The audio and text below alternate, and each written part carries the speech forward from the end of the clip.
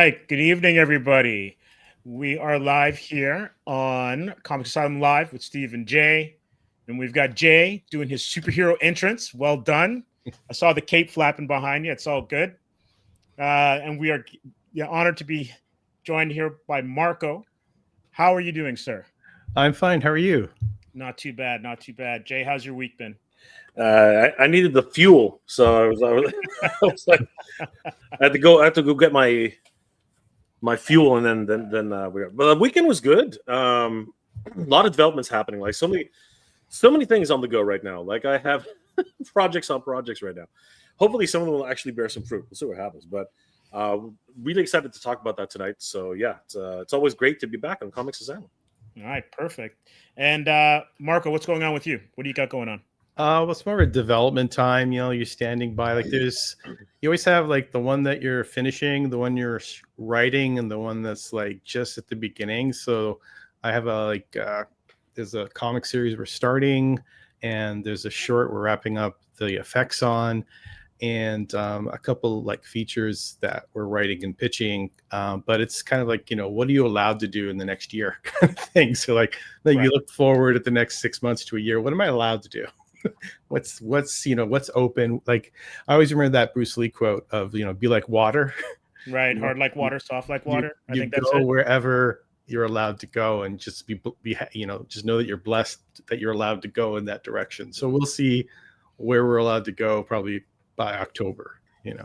Excellent. And we'll take a deep dive into some of the stuff that you're working on, including your past I guess OGN that you've had out at several events at Gotham and whatnot, and also what you're doing in the film world, because since we're going to be dipping into horror movies and what discovering whether there's superhero fatigue or whether it's just enough chatter to keep people interested in not just the movies but the business itself, because it's when you think about it, like comics is doing the same thing where it's a time of change, right? And Jay, you can fill me in here off if it's like into the toy realm as well too.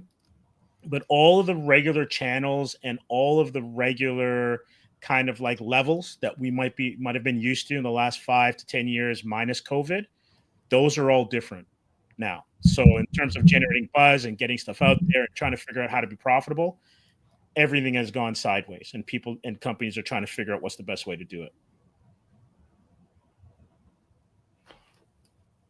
Yeah, there's a lot of the whole landscape has changed. I mean, like as you said, ever since COVID, things have just have gone kind of like sideways. And creators really have had to become creative, in their efforts to fund and or create new properties. It's a crazy time to be a creator, but it's an exciting time. Toys in general, I've never seen so many independent toys hit the crowdfund market. I've never seen that in my life, and successfully, I might add. So it really is a renaissance in many ways, and nostalgia is massive, absolutely massive. Now there's a fear that nostalgia is about hitting its peak right now. It is an interesting conversation to always have, but in terms of today's conversation, I think Hollywood really needs to take a step back and figure out what they're doing, and I think that perhaps smaller budgets, smaller productions, with better direction, better directors, and just a more focused aspect on storyline and key plot points would really help a lot of these productions in their overall direction. And it's just something that. And here's something I would like to bring up. I think Hollywood needs to get back to experimenting again. I think that the cookie cutter model of we need to make money, right? Superhero, is it's too much. I think that the public has now had its fill of these cookie cutter, one way of doing things, very simple stories, very simple thing. I think we need to get back to Shawshank Redemption.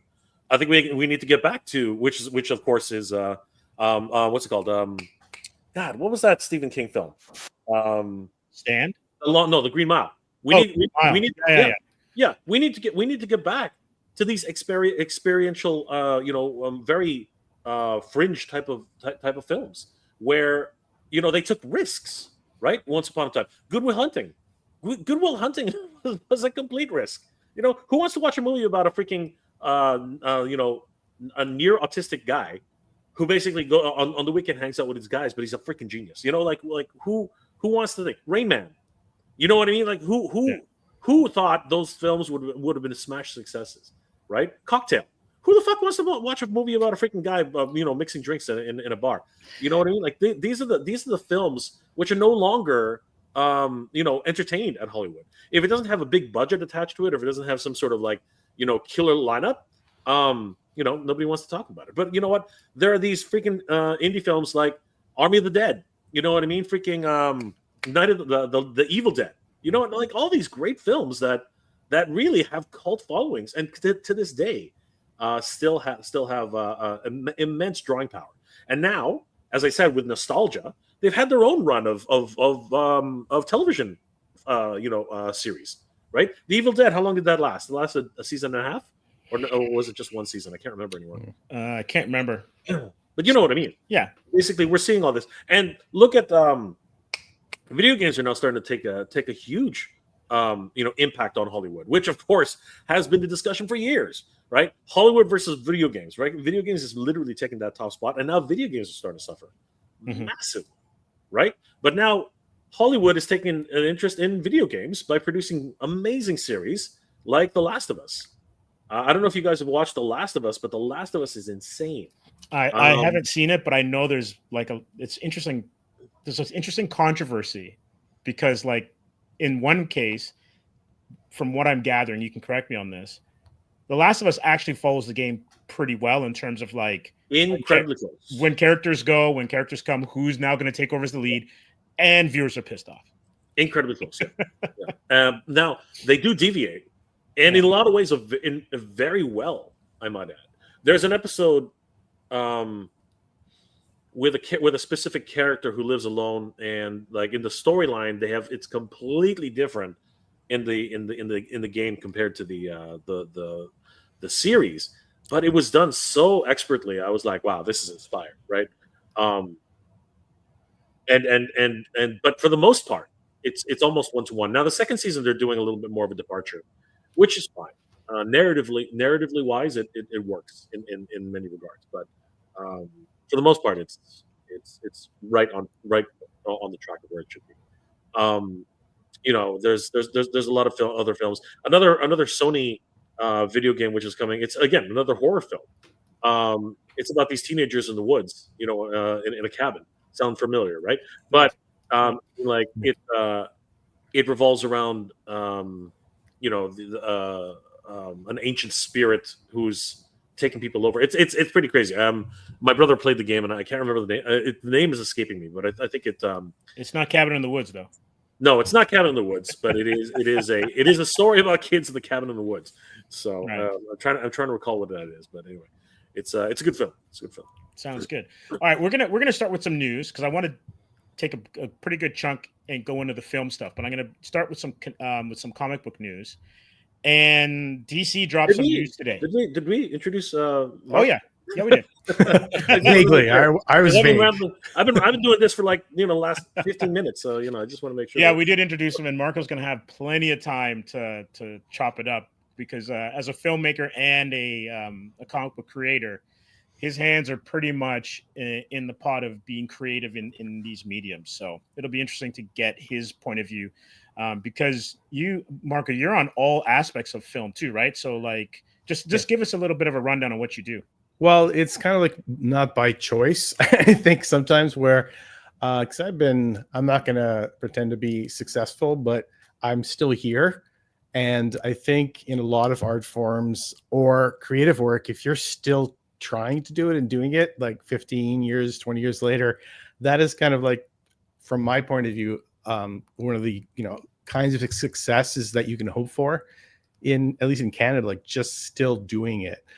So I kind of started as a painter and then got into photography and writing. And then into film and kind of mixed everything together. So I'm very visual about how I make things, and I'm usually when if I like every 3 or 4 years, I kind of sometimes get to make a film of some kind, and I'm usually shooting it and directing it and writing it depending on the project. And when it comes to the comics, there's a team of probably, it's funny, it's probably more people on the team in the comics sometimes, because you have, 5 to 10 people. So depending on the project, it either expands to more people or you keep it at the size that's required. So when you're working in like low budget or even micro budget realm, you kind of have to decide where the money should go and how you can push the project forward. So for me, it's like, is this story, can it be a painting? Can we tell it in a simple film, or is it something that's, we can't really do right now and it just needs to be developed into something else? So I think when I started doing comics, maybe almost not that long, but like 10, 12 years ago, I was taking, luckily enough, Ty Templeton was still doing his comic book boot camp years ago. And I met the artists that I work with there and a bunch of other people that we still work with. So we kind of developed stories in comics. And I think one of the quotes that I always remember from Ty Templeton about the difference between comics and film is that in film, you're passively watching. But in a comic, the gutter is where the reader kind of fills in the gaps, and the comic projects into their mind. And it's a completely different medium. So I think for me, the fun was relearning how to walk in this new way of telling stories. So it's not like you sit there, is this a comic or is this a movie? It's sort of like, you're kind of making one of each in different times and building worlds and seeing where that world will fit. And in terms of budget, what you're allowed to do. So, it's kind of like a circular conversation that I just had, not answering your question, I think.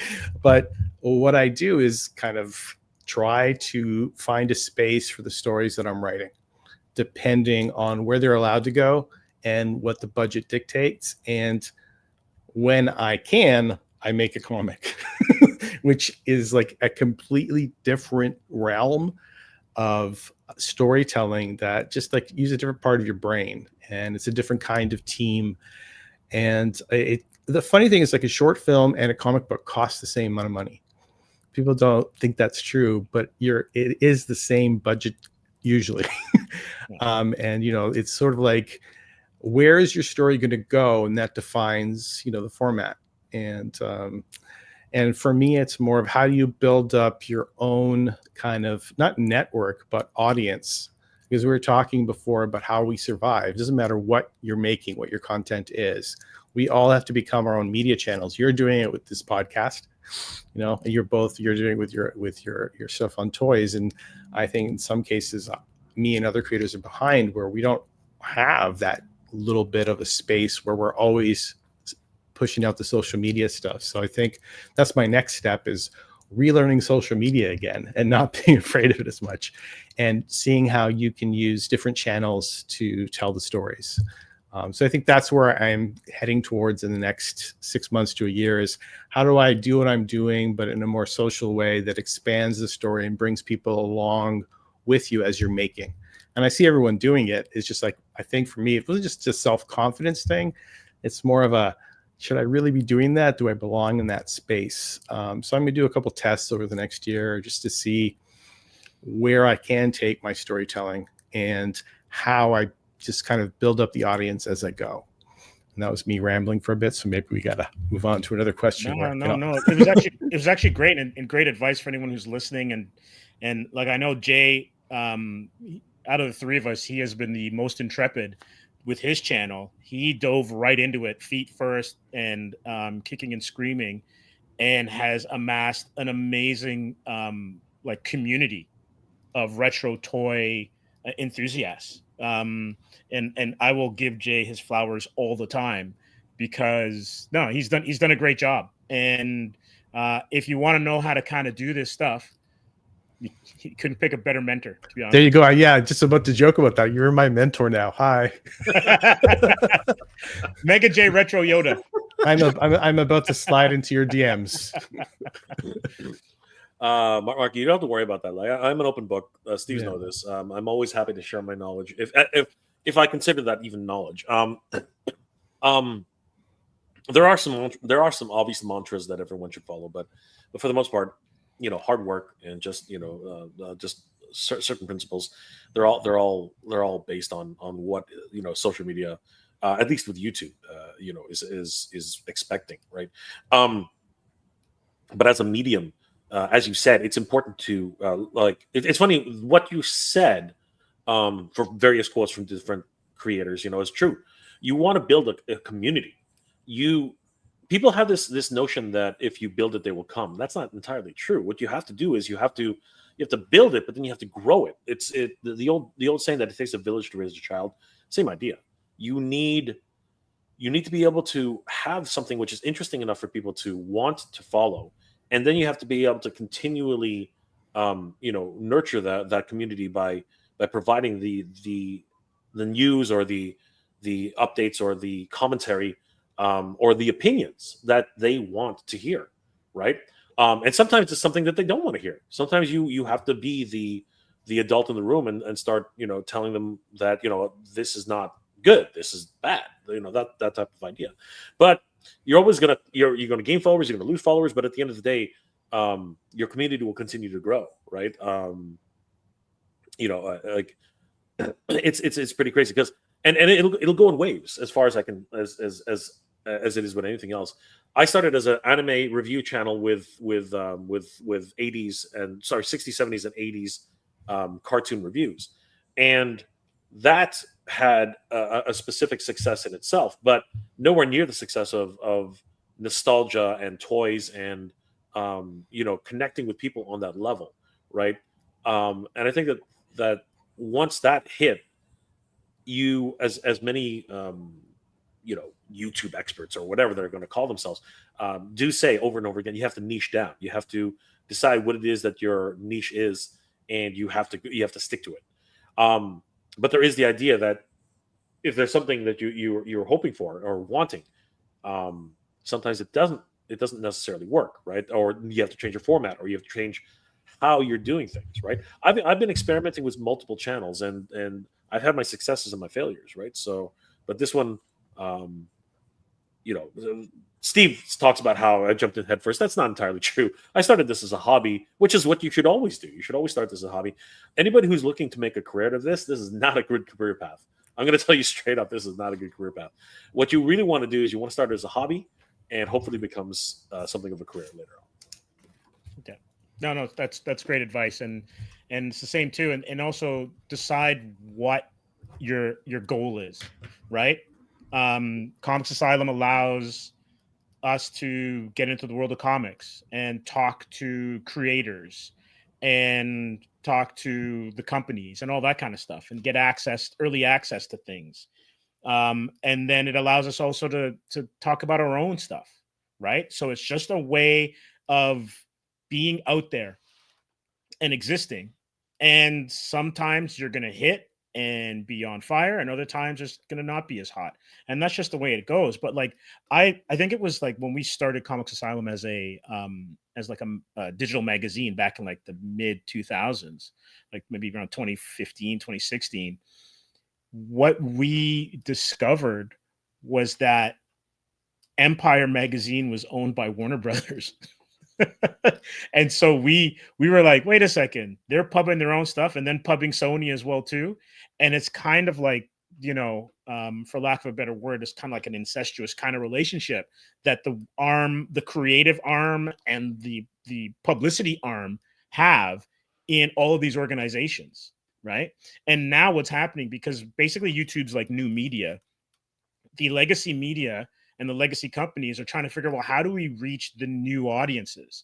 And like, we'll hop into something that I didn't see coming, but I was wondering why it didn't happen earlier, with some news with Disney and Star Wars, where they're scrambling to try to figure out where can we go to increase our footprint. And everyone's just, trying to figure out where those avenues are. Yeah, I think the term that I remember from 30 Rock, vertical integration, Yeah. where they own every part of the production and distribution and marketing for the world. So how do you compete with that? Where, you kind of like, you always, as an artist, say, I'm just competing with myself, my last project, but you have to find a way around, just the endless stream of stuff that gets pumped up worldwide. It's not like stuff just gets released in North America. It's like, bam, the movies around the world. It gets on Netflix, 3 billion views next day. Like it's not like, how do you just have to know you're not competing with that, and just look around at like who's doing what you're doing and how are they doing it, and then try to talk to them about it. And I think that's like, you're not always running around asking people questions, but like you sort of know where people are. It's not like you're gonna, like, a comics is one of those places where you can go to an event and like Jim Zub or somebody will be there and you can technically talk to them. But like, if you're in making films, you can't go up and talk to Steven Soderbergh or Spielberg. They're just not available. It's not like that. Whereas comics is this incredible space where we all accept that people are at different levels, but you can actually, wave at that person. And if there's a downtime at a convention, you can talk to them. Where I think film is a lot more closed doors. Not that doors in comics are open, but you can knock on the door and say hello, and someone might answer your question. Where in film, it seems there are a lot of like silos. And I think we all have to, I think that's the only problem I see with a lot of the social channels that build up, becomes your own little silo, where how do you then reach forward to other people and stay open? Because I think for me, it's like, I do so many different things. What's hurting me is I'm not niche. I don't have that one specific thing. And I know that's what it is. And I've been facing that my whole life. It's just like, I make images that tell stories, but that's not specific enough. I have to be really like, I have to pick one lane and stay in it. And my brain doesn't let me. So I've got like some problems in there. You know what the irony is? And it just occurred to me. Actors forever, like, they fought against typecasting. But yet, in the social media space and in like modern media, everyone's trying to be typecast. Yeah. So like, to be a blogger or an expert in this one area, you're a foodie, or you're a comic book person, or you're a movie person, or you're a toy person, or you're a fashion person, or whatever. And that's something that in the past, it was almost like diversity was what you were kind of going for, right? Like, you knew everything, or you could talk about everything. Or if you're an actor or a writer, you want to do different things, draw different things, And now it's like you said, the silo. Like, you have a creative silo, you stick to it, people know what to expect from you, and they reward you for it if they enjoy what you're giving them.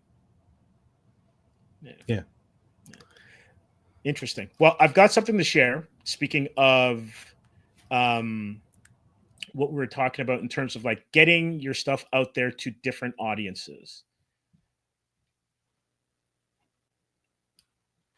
So Marvel, or Disney, has gone to webtoons and is bringing Star Wars and Marvel content to webtoon. Original Marvel and Star Wars titles and more are on the way. So it's part of a larger deal between Disney and Webtoon Entertainment. Pre-existing and original Star Wars comics are on their way to the popular webcomic platform. Around 100 titles between Marvel, Star Wars, Disney, and 20th Century Studios will soon be available to read on Webtoon over the coming years. They will be available in a separate wing of the Webtoon English app. Fascinating. There was a time where Marvel, DC, Image would not go anywhere other than mainstream, what's it called? Or even their own platforms. They wouldn't dare. They wouldn't dare stray outside that line, right? And now you have, this move is absolutely huge. Diversification right now in this market is important. We're seeing. So I made a video not too long ago about how hell is freezing over. And what I meant by that is that Hasbro and Mattel, two longtime rivals in the toy industry, have actually joined forces. and are actually allowing for cross pollination of their brands. Like Transformers has actually gone to Mattel. That is unheard of. This is Bill Murray talking about cats and dogs. Cats and dogs living together, right? The mass hysteria. Yeah. Right? This is the way it is. You know, possibly He-Man might make an appearance in some sort of Hasbro production. Who knows, right? But it's absolute chaos right now. It literally is absolute chaos. Like things are happening that have never happened before. But the market is shrinking so much because the digital age, it really has become a massive boom for some companies, but a massive headache for other companies. Like toy companies, which were traditionally very much locked in the children's market, they're seeing a continual shrink in their overall target audience. Why?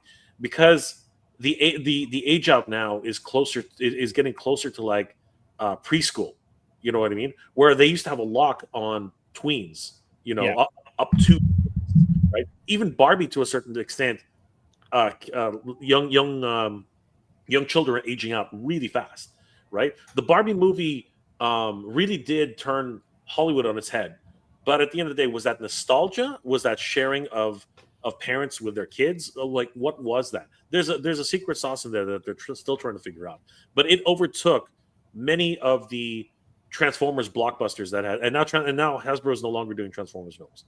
It's crazy. It's absolutely nuts. So, you know, this move by Mattel, sorry, by Marvel, is an interesting one. But is it? Because I'm only seeing Star Wars here. Is it? It's going to be Marvel stuff too, right? And I think this is the big one. Webtoon hosts around 155 million monthly users. Yep. With all the stuff that's been going on with Diamond, with Comixology cratering, where else are you going to find that kind of an audience, right? Mm-hmm. And basically, what they'll need to do is they'll just have to reformat all of their pre-existing stuff, and anything that's getting done now, right, would just be repurposed for not only traditional, but also for webtoons. Yeah, and it's kind of like what's going on in film. And Marco, you can speak to this as well too, where everything is going towards like vertical dramas, where you can watch it on your phone. Yeah. Well, they're with webtoons. I think this is happening. They're chasing after the younger audience. Like they have to do this. Yeah. Right. That's where the younger people are. If they could get the comics on roadblocks, they would. I just haven't figured it out yet. Like that's where anyone under 20 is getting their media. They're not anywhere else. They're just on webtoons on their phone and flipping through. Right. And same with everybody. One of the I can speak to this because I'm such a camera geek and image creator that if you've watched shows and movies long enough, you'll notice now that everything is framed for the middle. Yes. Yeah. Yeah. They used to have things framed here and there. Now, if you watch a Netflix show, or especially something produced by the BBC or Europe, it's framed in the middle. And I guess people are used to it now. Like you watch some episodes of Sandman, a show called Black Doves on Netflix. And there was, when I first noticed this, I was heckling the screen. I was yelling at it because there was a show called Bodies on Netflix. And the first episode, they didn't know what was happening. Maybe the producers made them do this, but every shot is framed in the middle.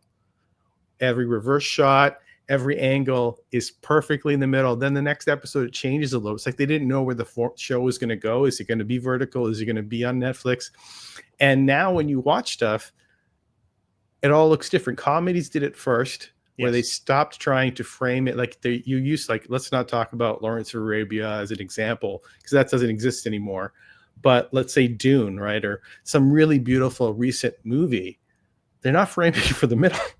No. But streaming stuff is, and it's to the point now where I have to accept it now. I've stopped yelling at the screen, but like 2 years ago, year and a half ago, when I started seeing it, I couldn't watch it. I had to stop it. My brain couldn't process the fact that I'm not on TikTok enough. I guess I should go back to posting more stuff there. But even how things are shot has changed, because it's so easy just to reframe things and post. It takes a minute to get somebody to do it.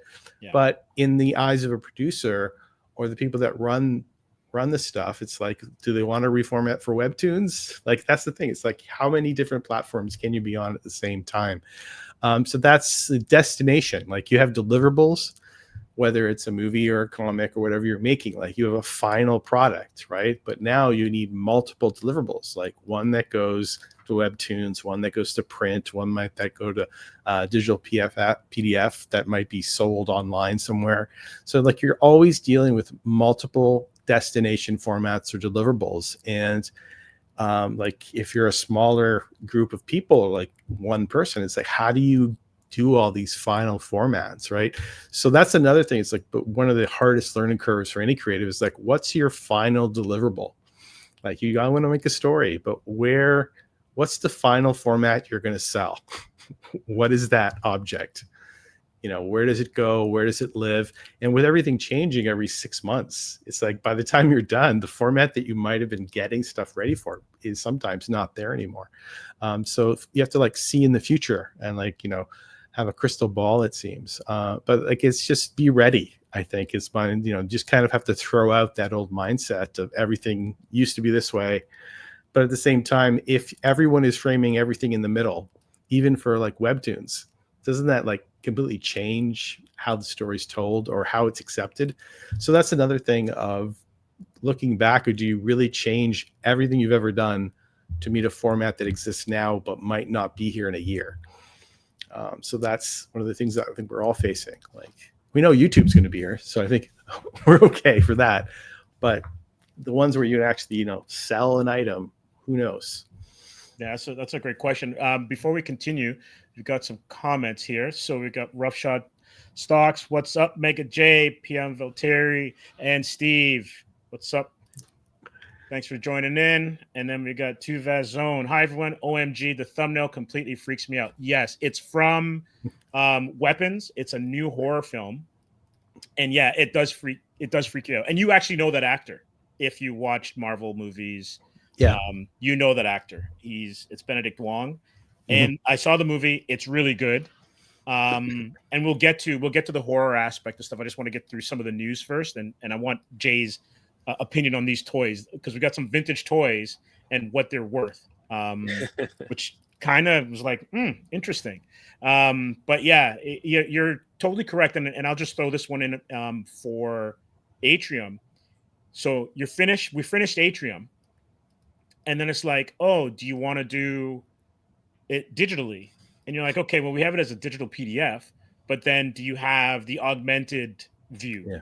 So then you have to like isolate each panel. That's so when you're reading it either on Global Comics or whatever, you're going a panel by panel kind of way of reading it.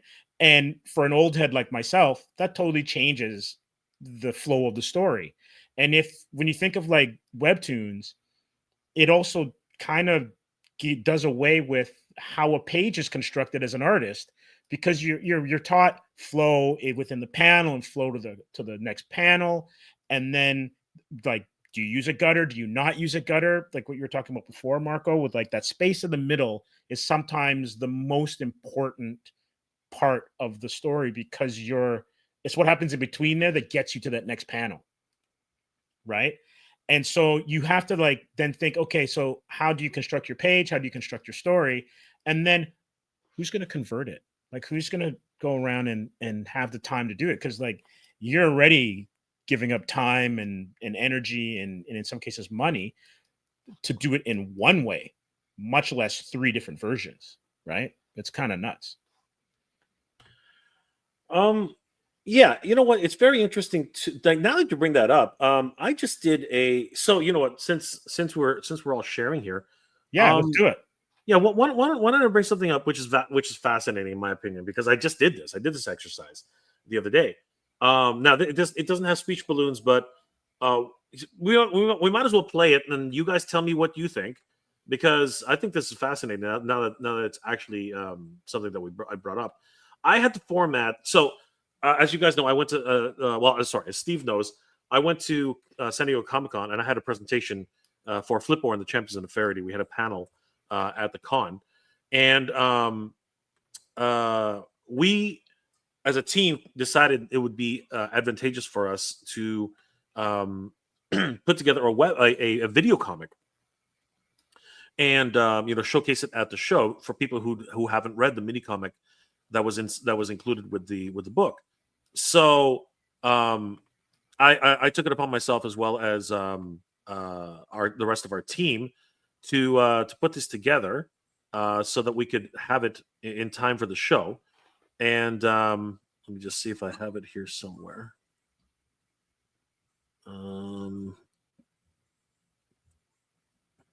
Yeah, okay. So I have the. Hold on, I'm just double checking where the heck I put it, because No worries. it should be here. I think. Just let me check the final render. If you can't find it, then we can share some more news, and then when you find it, we'll pop it up right away. Yeah, why don't you talk about the news, and I'll show you what it is that we did. Yeah, so this, no worries. This is a piece of news from DC that dropped today. And so for anyone who is a fan of Static Shock and Batman Beyond, you are getting a treat. So they're going to be part of a 6-issue limited series, I think starting in November. Wow. So let me jack this up here so you guys could see it.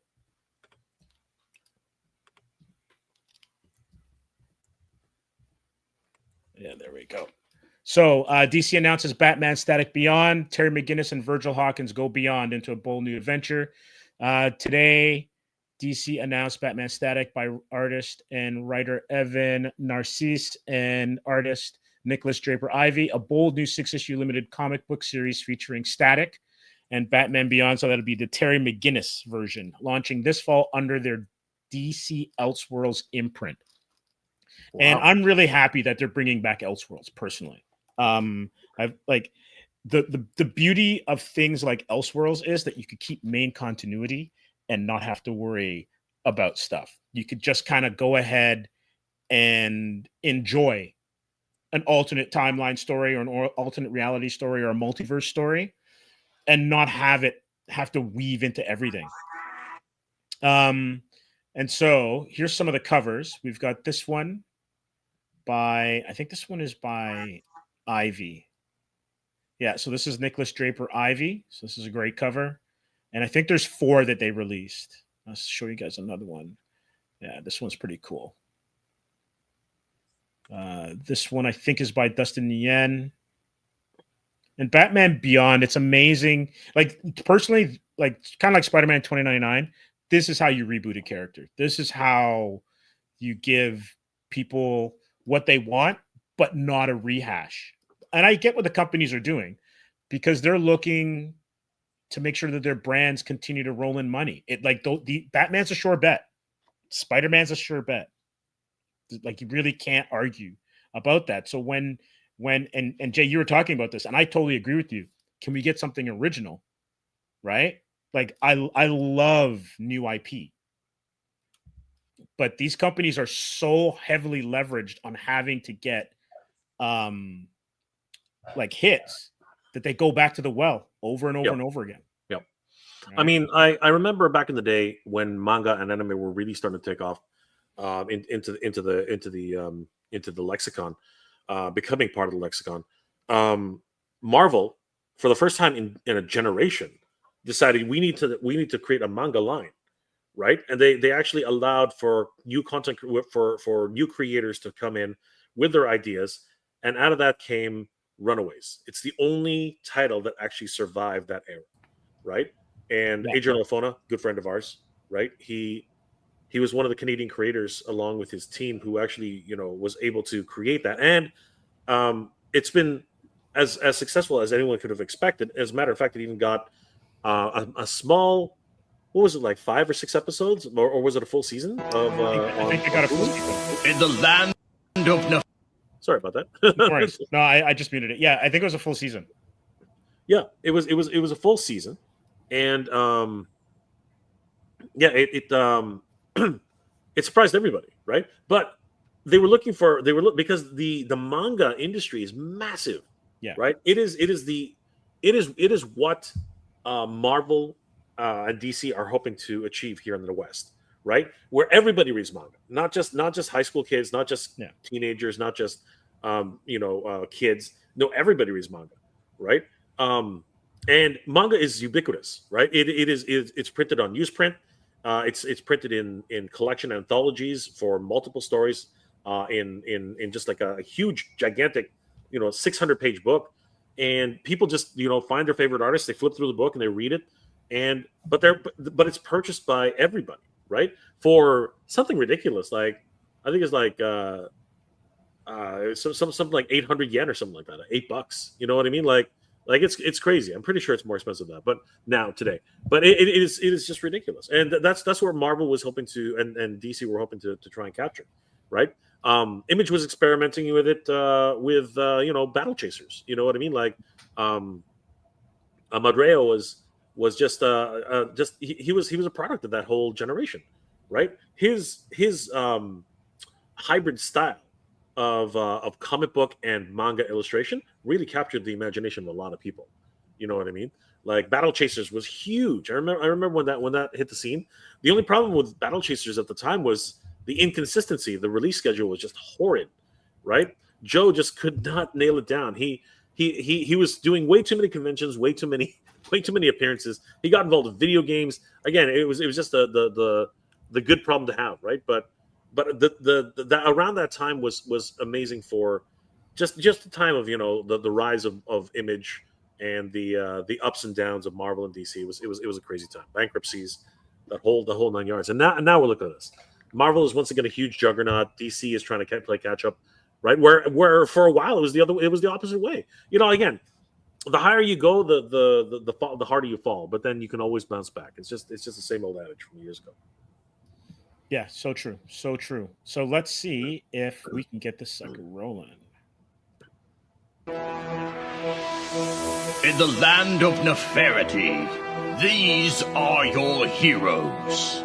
Stand before destiny and flip for your life. Only one can stand the test of time. This is Flipper and the champions of Neferity. So these pages the Target Marketplace. We basically eliminated them. Sorry, say that again. Market buying sundry goods from No, what I was saying was that initially all these panels had speech balloons, right? Right. We actually in order for this format to work better for a narrative and everything like that, I decided to remove all the speech balloons so that it was more of a clear, almost visual, experience. No, that's fair. Like when you, and this is something we're toying with Atrium as well too, is to turn it into like almost not a motion comic, but almost like an audio comic. Yeah, this is not a motion comic. It is an audio comic, but it has visuals and there are effects to make it a little bit more engaging. But you'll still have flows a little bit. And I've added scenes which were not originally in the book. Like for instance, this entire fresco, which you did, Steve. This is your work, right? This is it did look familiar. Target Marketplace. As consumers mill about the market buying sundry goods from vendors, among them a lone figure walks. Fancy a look at our wares, traveler? What do we have here? Item classification, statuette, item scarcity, common, potential flipping value, negligible. Think I'll pass, friend. That's him right there. That's the piece of dog shit who sold me this shield for way above market value. On your knees. All right, let's take it easy, gents. I'm just trying to make $1. Take it easy, my dick and balls. Time to pay the piper, Flipper. Actually, the name is Flipper. Oh, my eye! You fucking piece of shit! Gotcha, I got heat on me. Where you at? What do you think?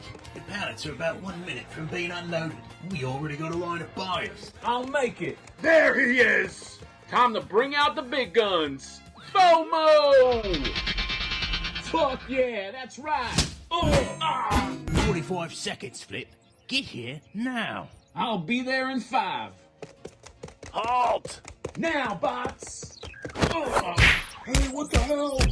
Flip me, boys. Always have a backup plan, losers. Took you so long. What are you howling about? You got us a spot in line. Yeah, well, bad news. There's 32 people ahead of us, and I just found out there's only 20 orbs of wanting. We're cooked. What about the online sale? Just as limited, but I'll do my best to kill the captures. 10 more seconds. Hey, what the fuck? You can't hold spaces. Flip, do something. I got one more ace up my sleeve. What the hell? Hey, where did he go? But how? He's gone. You gonna tell me how you did that? Bots made me this new stealth suit. It'll hold for a few seconds. Just enough time. Before the drop. Go, go, go! Step right up. Single file now. Once we're out, we are out. They're down to 3 orbs. One left. Come on, Flip. Make a move.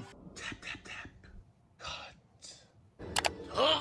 Hey, what the hell? Last one. Thank you. Come again. Hey, this fucking guy cut in front of me. Oh, sure. I just magically appeared in front of you, right? I waited in line all night for that. Hey, you can still have it if you want. With just a little bit of a markup, that is. Go fuck yourself and get a real job, you parasite asshole. Looks like I got one, friend. Deuces. I gotta catch ya. Well, I've got good news too. I was able to snag 2 on the online sale. Oh, shit. A triple orb flip? Mother's gonna be happy about that. Looks like some things never change. That voice. Is that you, Bay? You will address her as mistress of the auction house. How about you address me as eat my ass? That's quite enough. Bay was the old me, sweetie. Call me Evil Bay. Holy shit sticks. Now, let's talk about what we can flip together. To be continued. Yeah, so that was just a a really simple example of how we had to reformat the media to the artwork to fit the media. But I figure it must be they will probably do something very similar in webtoons where they're just going to frame out certain scenes and just let the even if you see certain vertical bars all over the place, they're just going to let it happen. I've done a couple of those web comics and nothing nearly as extensive, but just read-alongs, which I've talked to you about at length, Steve. But this is another example of that. This one has no visual dialogue, but it was all driven by the performances of the cast, right? So it was a lot of fun to put that together, and we pulled it together in about a week just prior. So yeah, it was a lot of work, but it still is a lot of fun, and it sound was effects and the audio track really do help, but treading on that line of copyright, but it is what it is, because people who listen who are fans of Master Universe will probably hear something in the background. They're very There's some cues there for sure. But like Tuvaz says, so much fun to watch and listen to. Yeah, for sure. No, thank you for the great comment. So we're gonna shift things around a bit, and because we're getting into the motion and storytelling and whatnot, we've had 2 blockbusters with Superman and FF come out, and I think that the hopes of both studios, DC studios as well as the MCU, were kind of hoping that these 2 films would kind of usher in, I would say, maybe a new age of excitement for superhero movies. But by all accounts, maybe we're in the age of superhero fatigue. And when you look at horror films, and I got this chart from our good friend Adriano from Pesto Comics, and I'll bring it up. Excuse me. It's amazing how horror movies have taken a bite out of overall box office. And while they may not necessarily be riding the wave of years past, because I don't think anything is doing that, they may be a safer bet, and maybe what's saving the box office from a complete, I wouldn't say implosion, because when you're making 500 million, 600 million, you're doing okay. but it's when you factor in the budgets and then the promotion that you're asking a lot. Like, you got to hit home runs all the time. Like, I look at horror as, if you use a baseball analogy, small ball, a couple of singles, some doubles, the odd triple, and you might hit a home run. But, you know, superhero movies with these big tent movies, kind of like Mission Impossibles, anything that's a huge IP, you got to hit a home run. You're looking for a 3-run dinger all the time. Yeah, there's a tendency for as we've been talking about this whole time. You know what I mean? Like the industry seems to be their mindset right now is on sure bets, right? Or what they believe to be sure bets. But in going that route, they seem to have forgotten the tenets of what makes a good film, right? They've forgotten what the basic idea of filmmaking, you know, and the fact that people need to enjoy the films that they're watching. And you look at films like Deadpool. The first Deadpool, it was done on a shoestring budget, and it made you know, millions of dollars. Like, it crushed it at the box office, and people were shocked, right? I remember on interviews of the director at the time saying something like, "I don't want a big budget because then I'll be expected to, you know, have to make that back. It'll destroy." You know, it'll destroy the chances for this thing to actually be a good film. And what they did with the special effects was just fine. You know what I mean? It was a very simple story. It didn't need, you know, anything too outlandish. I mean, Colossus was probably the most of the big budget special effects that they had there, right? A full CG character, right? But other than that, everything was very simple and very practical, right? And I think that we're seeing a return to that with Star Wars. But Star Wars is a different beast entirely, where they'll mix practical with just outlandish effects. But what they're doing with the Mandalorian now, or they did with the Mandalorian TV series, and actually with multiple television series, just to give that grandiose effect, where they have an entire studio, which is just a wraparound the volume film effect. That's saving them. That's saving them multi-millions of dollars, because they can augment. They can augment what used to be done in post alive, and actually gives the actors something to see. Right? They no longer have to imagine or pretend about what their environment looks like. They actually know where they're standing. The innovations that are coming out now in order to save money are fascinating. But as you said, Steve, I think that budgets and expectations on films to be blockbusters has really hurt the industry. It has not helped them at all. Yeah, and I'll just one thing, and then I'm going to throw this to Marco. One of the beauties of the volume is that you don't have to worry about like day for night, and you can schedule things where you're not having to worry necessarily like, oh, we're losing sunlight or whatever. And Marco, you can talk about this because you're a filmmaker, but I'm going to throw it to you. What are your thoughts on all of this? Well, just a quick joke about the volume is it's actually kind of expensive to shoot in a volume space if you're not, you know, relatively medium to big budget. But let's not get into the specifics of that kind of, because, you know, the cost of that during the pandemic became how they were doing things. And so let's not inside baseball background, blue screen, green screen stuff. But I think that example that's for me, because I follow the work of Steven Soderbergh a lot, because like he does whatever he wants. And you know, he's earned that. He's got multiple Oscars. He can do anything he wants, but he's found a way to shoot with very small cameras, very small crews. So 2 movies came out this year from him: Presence. And then Black Bag. Presence was like $1 million. Shot himself, almost no stars, all newcomers, and you know, made its money back and then some. The other movie, Black Bag, $50 million, a lot of big stars. It's on Prime now, I think. It's a great movie, actually. It's an old-fashioned 90-minute thriller, in and out, you know, very like really well done. But it did make its $50 million back.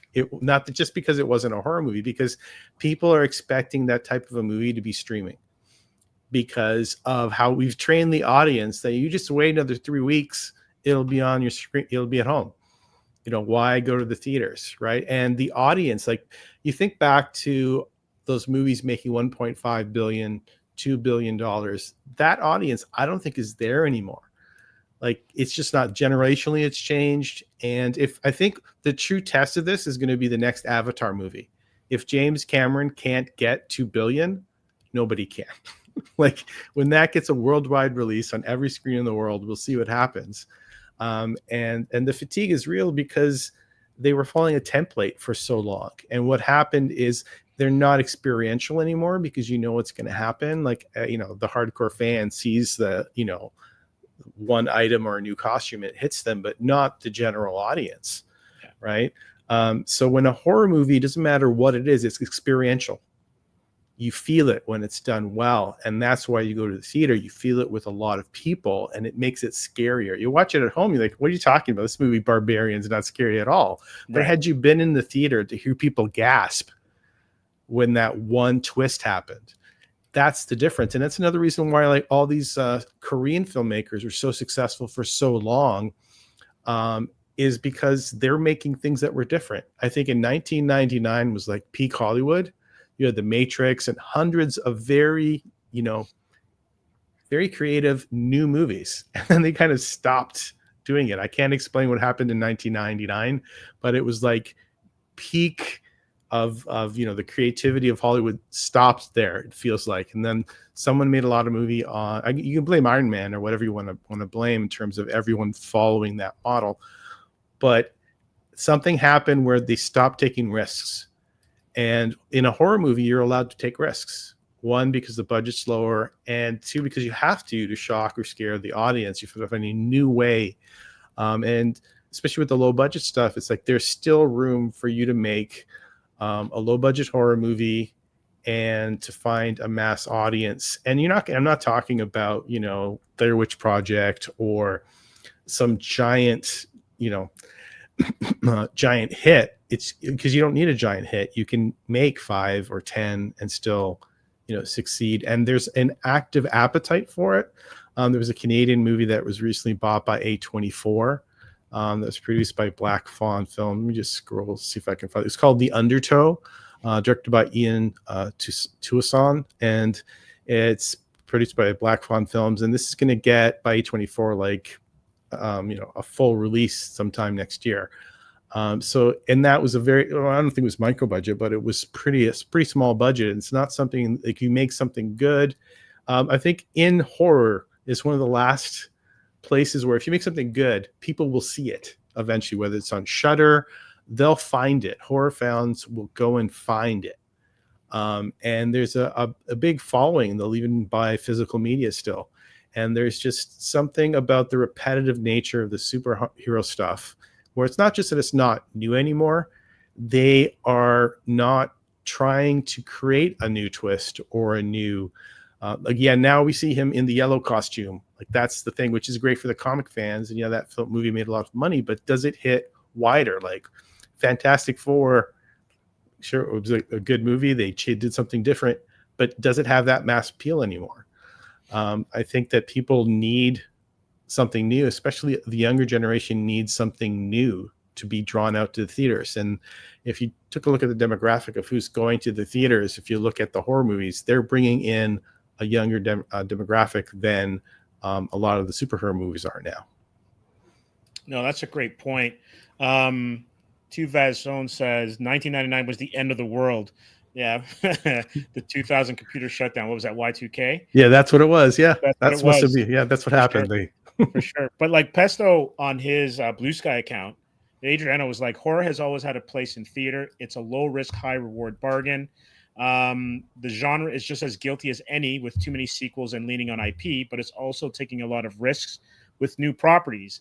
And the cool thing about it is you don't have to sell a horror movie with a star because, half the cast is going to die anyway.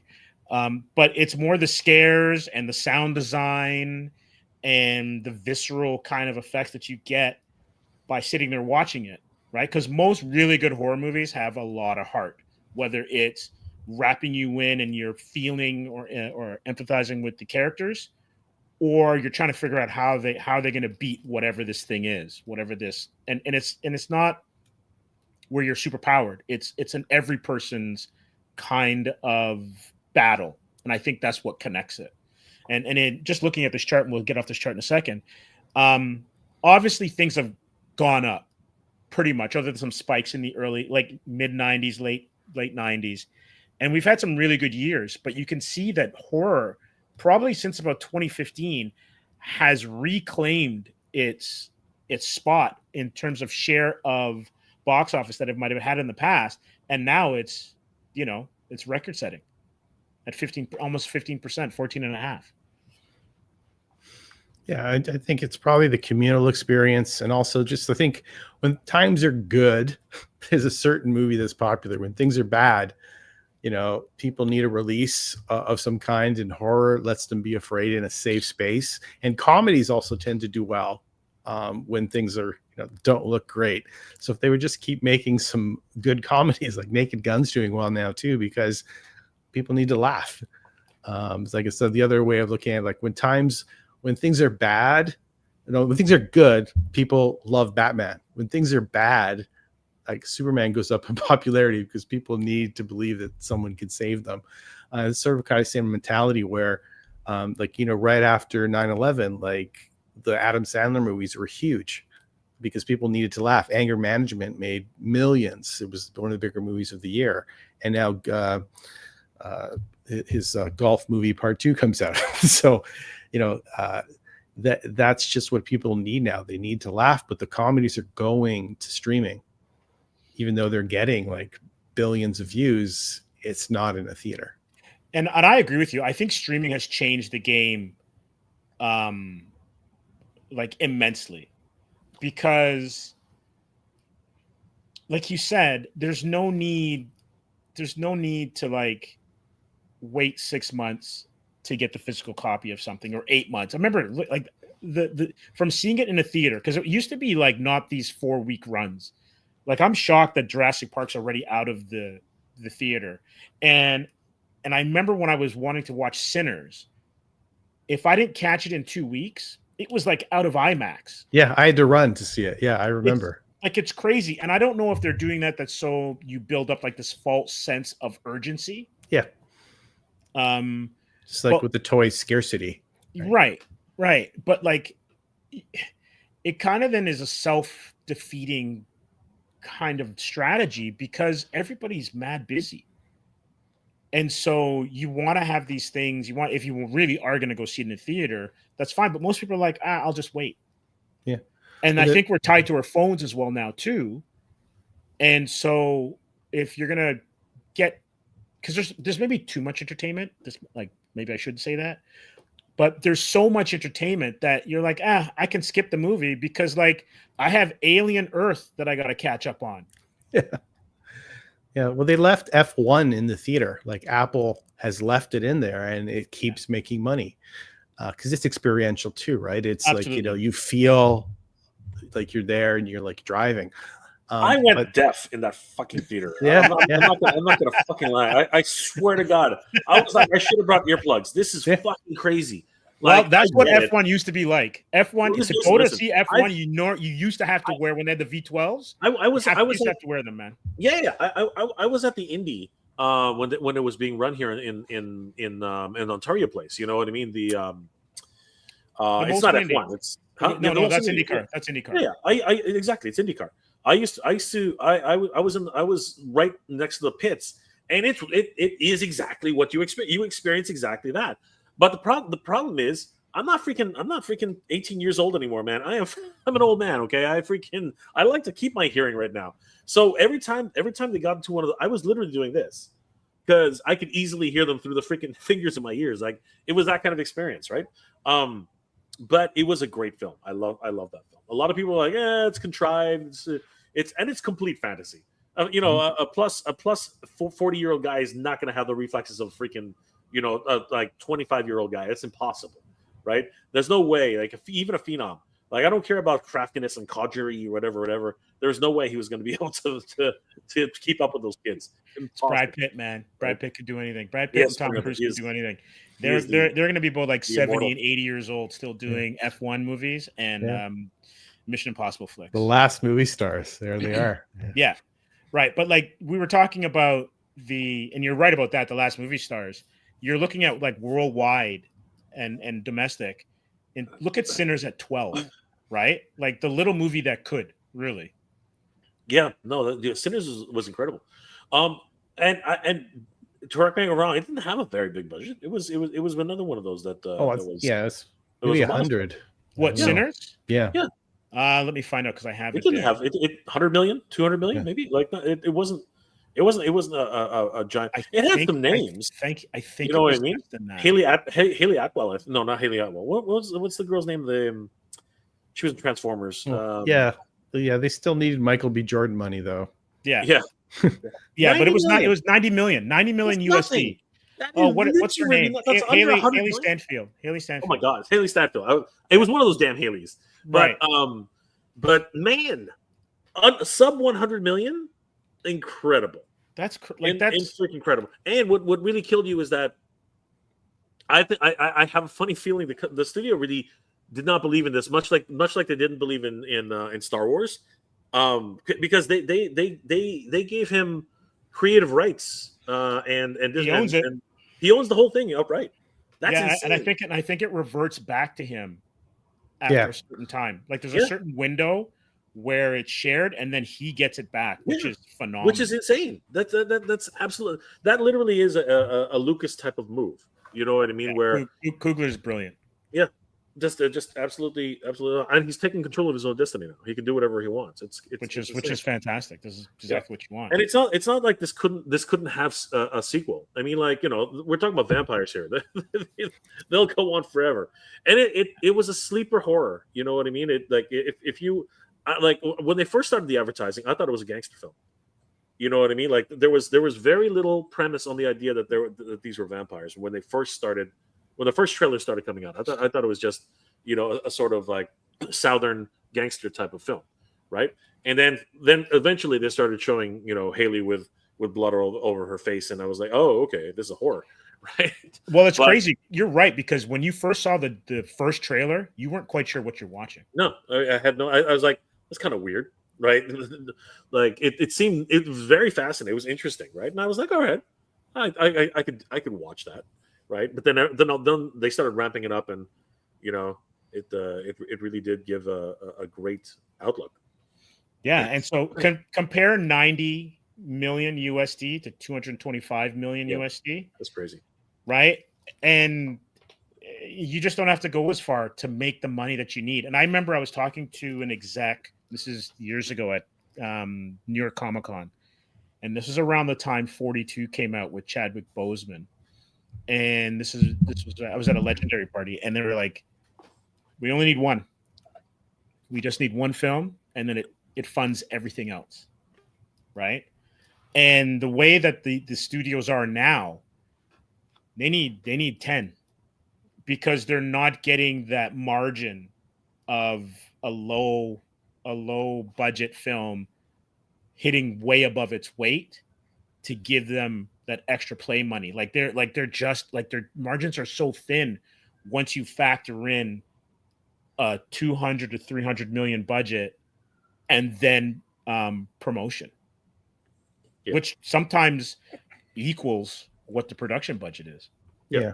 They say that in order for a film to become a success, you have to double your investment, basically, on the return, right? That's what it's saying. And then you have to still make more in order to justify that it actually was a success, right? But this is actually why a lot of films are going to direct to stream now, right? Because it's just there's a lot more avenue there. But I think that we've lost, and I think it was Matt Damon who said this, we've lost the DVD money. Yeah, Matt Damon did bring that up. It was right? a brilliant observation. We've lost the DVD money. The DVD money is no longer a factor anymore. Because if you remember, films like The Spy Who Shagged Me, right? Austin Powers, not The Spy Who Shagged Me. If you remember Austin Powers, right? It was an absolute dismal failure at the box office. Absolute, by no measure should it have gotten a sequel, right? But at Blockbuster, at Jumbo Video, at all these rental places, it was flying off the shelves. People, you're what was it? A weekend, you're not doing anything, you're bored out of your mind. You go to the freaking rental store, you pick up you rent a copy for like $3, you watch it for the weekend, and you return it, right? And it was flying off the shelves, right? Showgirls to this day It was an absolute dismal failure at the box office, but it's still That's a cult classic, my friend. It is making money hand over fist. Even now, it is still freaking making money hand over fist. It's ridiculous, right? Yeah. So that money was vital to smaller productions, right? And that's actually what I think Matt Damon said that in an interview. He said the reason we were able to create these fringe films was because we could get the returns back on rental sales, on DVD sales, on collection sales, right? On VHS sales, right? That's gone now. That's no longer a viable market anymore. No, for sure. And like, take a look at this one. This is from IndieWire. For Warner Brothers, original horror has scared up some of 2025's best box office bets. And it comes down to original IP, what we were talking about earlier. And being able to take a chance on original IP and not have to, absolutely blow up whatever budget you're able to get.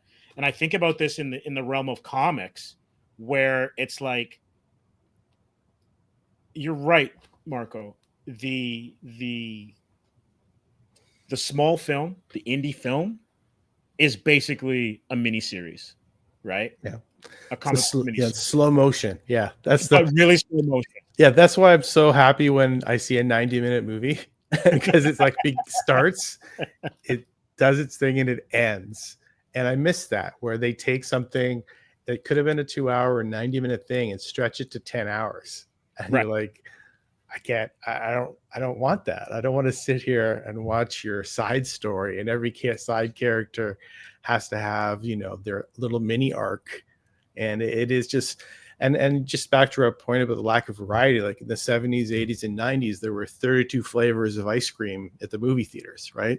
You could see it's true different things. And yes, they didn't always make everything, but a different kind of movie could lead the pack every year. And you were training the audience to say, there's creativity here, come and give us a chance. And over, I guess the big blockbuster started with Jaws, and then 50 years later, now we're at the point where they only make those giant movies. And let's say you wanted to see Life of Chuck, which was kind of a little bit more to Shawshank Redemption, a little bit, Stephen King short story made into, a kind of a tiny little movie, but, still about 5 million. And then small release, won the audience award at TIFF. And I remember seeing it at Varsity. And it was different, but, it doesn't mean it wasn't watchable. And I think by training the audience into thinking that this is what a movie is, it's only this giant loud thing. It's why for a long time HBO was leading the conversation. Yeah, people weren't talking about movies; they were talking about whatever the HBO show was. Right? They still kind of have that stranglehold on the conversation of just mass media. And it's interesting you mentioned that, because like I remember when I was a kid, your favorite TV stars would do anything to get off their TV show to get into movies. And now you've got some of the best actors out there who want to do television, like Meryl Streep's doing like prestige TV. Yeah. Gary Oldman is doing prestige TV, right? Like it's when Nicole Kidman, like it's crazy. And then like you look at Superman, look at that budget. What was that? Say it's 230. What I think it was 225. And they're at 500, but it's taken almost 6 weeks to get to that point. Weapons had a budget of 38 million. So they've almost tripled because they're almost at 100 million right now. They've almost tripled their budget in their opening week. Like that's what you're looking for. Right? So people are going to be looking for the next Weapons, the next Sinners. And I know they have franchises like Final Destination and all that kind of stuff that have done well, but you want those small films. You want those kind of small budget films where the economic imprint is small to make, but you're able to reap big economic value later on. Yeah, and in horror, we're still a little bit spoiled. Like we just think about this month, you had Weapons, Together. I haven't seen that one yet, but James Franco's in it, and that's his wife. and Bring Her Back by the guys who did Talk to Me. Yes. Like there's at least 4 pretty creative horror films out, it seems, per month. The only problem we're facing is now, because not just because of Sinners and Weapons, but the way they market it, I guess they have to. It's like, if you don't see this movie, you've missed, your life will end. It's a generational change. How can every movie be generational change, right? So it's like fear of missing out, right? So there is a stream of horror marketing where the first week it comes out, they want you to feel like if you don't see this in the theater right now, you'll miss your chance to have that moment of seeing Poltergeist or The Exorcist, you know, like that kind of thing that used to happen in movie theaters where everyone would be freaked out by the same thing, but there was no other media at the time, right? So it's kind of, we're so dispersed that you can't have that anymore. And Weapons and Sinners are kind of recreating that. But if you look at Sinners, sometimes the other thing is like you have a younger generation that can't see that Sinners is a little bit of devil in a blue dress with vampires, right? So there's all these layers that it's like not having read Shakespeare and thinking that something like, it's just, I think there's also a lack of like cinema history that for younger people, because they don't sit through movies. So that's helping, because they can go see something in a theater as if it's the newest thing ever that no one, it's like when someone discovers the Doors or the Beatles or something, they're the only people that have ever heard this music when they're Nirvana t-shirts or whatever the latest hit sampled from. That was a song from the 70s. Actually sampling something from the 30s. And that's what we're doing in movies. We're resampling. And what happened, years ago, someone created a close-up and a dolly shot, right? And then now, like, Spike Lee makes the double dolly, and that's his contribution to the language of cinema, right? And someone else does all these different things, and someone cuts every 12 seconds, like Michael Bay. And so, like, it's, I guess my joke is that we've become so postmodern that we're redundant a little bit. And how do you tell a story in that type of a mindset and still surprise people? And that's what can be done in horror. Somehow they still do it. But in other genres, they're not doing it. It's like the experimentation and the creativity seems to be pushed out of the other types of storytelling. Maybe because they have too much money, because maybe they can do anything, so they don't. Like, they just do what's required. So let me throw this out there to you as a filmmaker. Have films gotten weaker as the effects and computer technology has gotten better? Well, if you look back at the Pirates of the Caribbean movies, where the guy with the tentacles, I don't know what his name was, and Lord of the Rings, they shot those effects in real locations and had actual actors, and then the actors were replaced or had makeup. And there's something more tangible about that now that everything is in these volume screens. Sometimes it doesn't look real at all. Like, you look at the volumes in the Avatar TV show and some shots from the Lord of the Rings TV show, and you look at them, and my eye sees that depth of field and cameras don't work that way. And you can definitely see, like, it looks like they're cut out and put on top.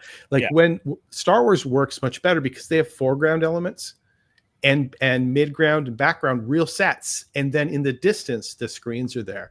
But a lot of these shows, they don't have budget, or they think they don't have to do that. So some, like Avatar is my horrible example, where sometimes it works and other times, like, they're surrounded by fire and it looks like they're at Cable 10 like doing this low budget student production all of a sudden. And that's just my eye, because I'm used to how cameras work. And Lord of the Rings too, one of the biggest TV shows of the last couple of years, there's shots in there that they pumped out where they're in the forest that it just looks, and Shogun as well, where there's something about having the real tangible foreground, medium, middle ground elements. Then you can trick people with that screen. But when it's just the screen, it just doesn't, at least for me, it doesn't work. Well, I think that's one of the reasons why Andor, for me, worked so well, because the director, his name slips my mind at the moment, he wanted practical as much as possible, right? And you can see where they went in and did the computer generated backgrounds and all that stuff, and they would be like in a hallway, and then almost digitally matte paint what they needed to change. And I feel like that's one of the things that, we're going back 25 years, maybe longer, with the prequels, the Star Wars prequels, just keeping it in that area, where I felt like in oh gosh, what was the first one? Phantom Menace, that everyone was floating. That's what it looked like, yeah. Right? Especially because it was 3D at the time. It looked even worse. Everyone wanted to be 3D, and it just didn't fell apart. Yeah. Yeah, very interesting. Very interesting. Yeah. And there's a film like Parasite that has hundreds of effects in it, but you can't tell. Or Mickey 17. Which I still have to see. People didn't see enough of it. Like, it was a very expensive science fiction, but I was blown away by just being taken into this new world. Yeah, because it was so tactile. Like Alien Romulus had that feel too, because a lot of it was on set. Yeah, it's crazy. Like, and I saw just a couple seconds of the Superman behind the scenes where they actually went like to the north, like they were actually in the Antarctic to do the scenes where he's lying in the snow. And it's just crazy. It's like, they set up the crane and things like so. I think, and you think of Mission Impossible and why it's so successful, because the audience knows he's really there. Like, not in every shot, but look how much money this movie made just because they want to see him jump across something else. To the chagrin of his insurance company. Yeah.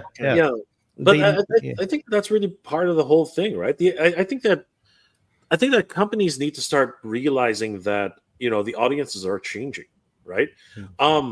Because we keep hovering around the idea of like how people are consuming their content, right? Because these days, like, the younger people now, this is what they did. Like, they literally are look. This is the way they watch their films right now, right? This is the problem, right? That's where they watch us. Yeah, they watch us. Like, yeah. I guarantee you, the majority of your audience watches you and us on mobile. Absolutely. So the thing is that what's fascinating now is that you like you were saying earlier, Marco.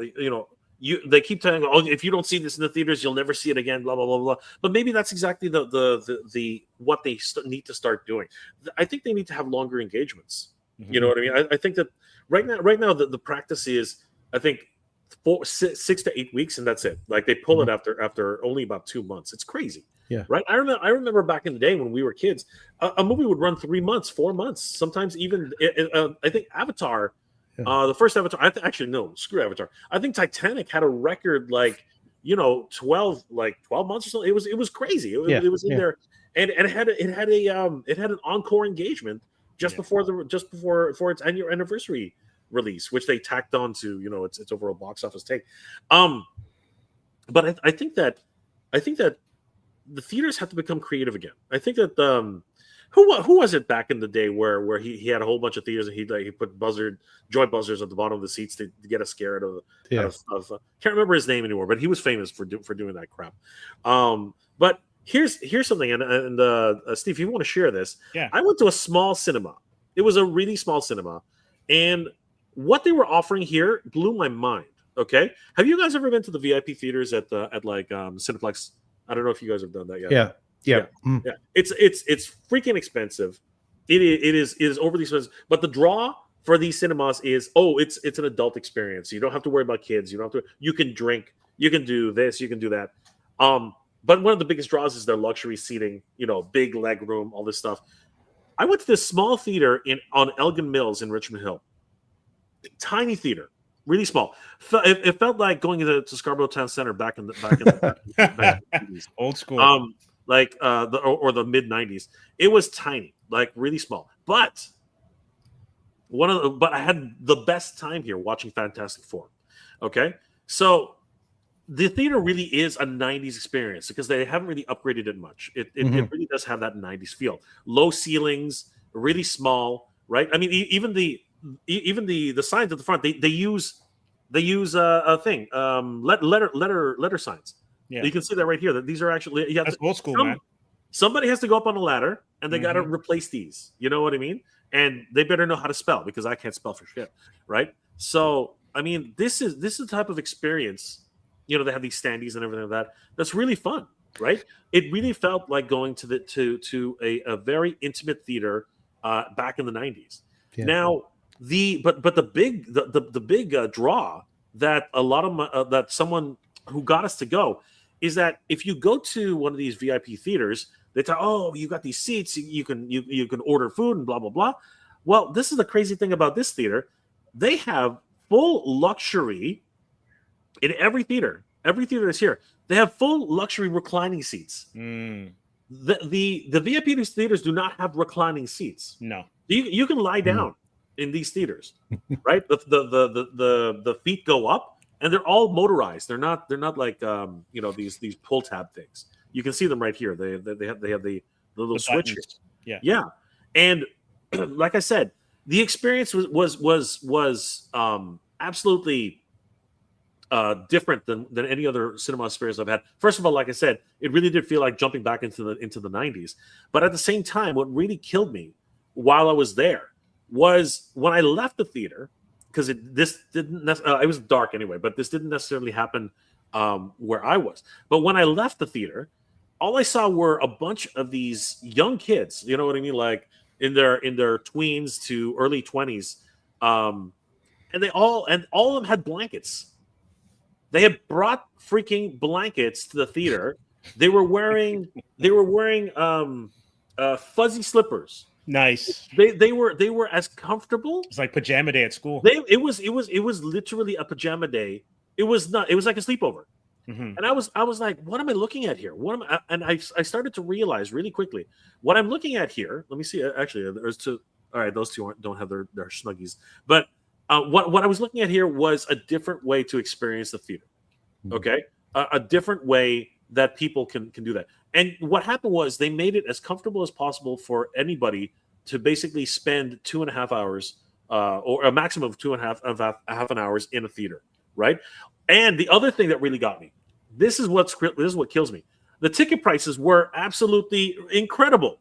This is Wednesday ticket prices right here, guys. Like $12.99 each. So wait. Is this 1995? What's going on? Exactly. That's what I was saying. I was like, wait a second. How much? Yeah. Hold on. They make the money on the popcorn. Yeah. Yeah. Well, no, wait. Now here's the other thing. So you would think that, right? So $12.99 each for the general admission, $10 for the children. That's like 90s prices. Guess what? I was like, all right, they're gonna hose us on freaking. They have all the latest films. I mean, you can see that here, right? I mean, there's weapons right there, right? But then I said, okay, where's the shoe gonna drop? Where am I gonna spend? Look, F1 right there, right? Where am I? Mission Impossible. Mission Impossible is still in that. Yeah, theater. Mission Impossible is still at this theater. Now that doesn't surprise me. They're a small theater. They probably want to get the most out of their purchase, right? Because they bought the film, right? Absolutely. But I was like, okay, where's the shoe going to drop? Like, how much am I going to pay for this fucking popcorn? Because I knew that was coming. I went to the concession stand. I'm like, all right, I don't know if it's expensive. I'm not gonna do it. If it's cheap, I guess I'll get it. So, how much do you guys remember? Like last time you went to the theater, how much did you pay for like a large popcorn and 2 drinks? What Marco, this one's on you because I don't. $6,000. No, like a small drink and a medium popcorn. Sure, like $20 at least. $20. Okay, $20. I go with the group. I go with my brother. I go with my friends. So on average, for like a large popcorn, two medium drinks, and a candy, on average, it's like $45, $50, right? Absolute insanity. We went to this place, and I'm expecting to get hosed. So you said a medium popcorn and a medium drink or a small drink, right? Marco, that's what you said. Yeah. Okay. I walk up to the counter, and my jaw dropped. My jaw absolutely dropped. I was like, "Hey," and I asked the person, I'm like, "Excuse me, is that the right price?" And she's like, "Which one?" I'm like, the medium combo there, like a large popcorn and 2 drinks." And the young lady said, "Oh, yeah, that's $24.99." And I was like, "What?" I was like, "You're kidding." She's like, "No, and you get a candy." I'm like, "Wait, you get a candy too?" I'm like, "Yes, you get a candy." I'm like, "So hold on, you're telling me you get a large popcorn, you get 2 medium drinks, and you get a choice of candies, which was the same size as Cineplex for $24.99. I was like, I am in the night. I've taken a fucking time warp and gone back to the 90s. Yeah. This is freaking sane. Yeah, they do what they have to just survive. They have to do these kinds of things. The rep theaters in Toronto do the same kind of things, like the Review and the Paradise. I went to see Badlands, a Terrence Malick film, a couple weeks ago. Normally, I can never get to it, and it's a community-based thing where that's how they survive, by creating the community, either with very comfy seats and reasonable prices for younger people, or with movies you can't see. Or like the funniest thing for me, because we're all a little older here, is people like they're talking. There's a lot of 20 and 30-year-olds here who had never seen a Terrence Malick movie. I've never seen it. So you're like, and that's just the reality of it, because how could they've ever seen it in a theater other than in these rep theaters? So they create events. Not just, with those movies you think they would, but with, different type of filmmakers, and they have themes and people get dressed up. It's not the Rocky Horror Picture Show, but every movie can be created. They make an event out of it. And it's just like, social media, they build a community to survive. Yeah. But and that's, I think you're right on the nose there. But what I really found out was that there were a lot of young people in this theater. Yeah. Right. There were, like, obviously it's a Marvel film. Yeah. The kids are there. Everything's there. But when we got to our seats, here's another example of this. When we got to our seats, the mom was in our seats, and her son, and we're like, oh, sorry, I think you're one over. So they started moving over. She had to grab her blanket. She had to grab his blanket, and I tripped over his shoes because he actually removed his shoes. Right? I actually tripped over them. I'm like, and I had to kick them over to him because I was like, it's dark. I couldn't see anything. They couldn't see anything, and I was like, okay, this place is your home.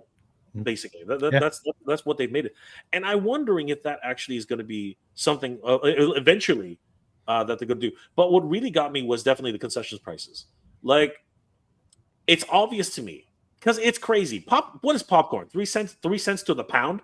It's absolutely nuts. I mean, like, quite literally, it shouldn't cost an arm and a leg. It should not cost even $10 for that bucket of popcorn, right? But this theater is making it work, and they're making it work at honestly, in comparatively reasonable prices. Yeah. I mean, $25 taxes in for a large popcorn, 2 drinks, and a candy. You're not going to find that anywhere in a Cineplex Odeon.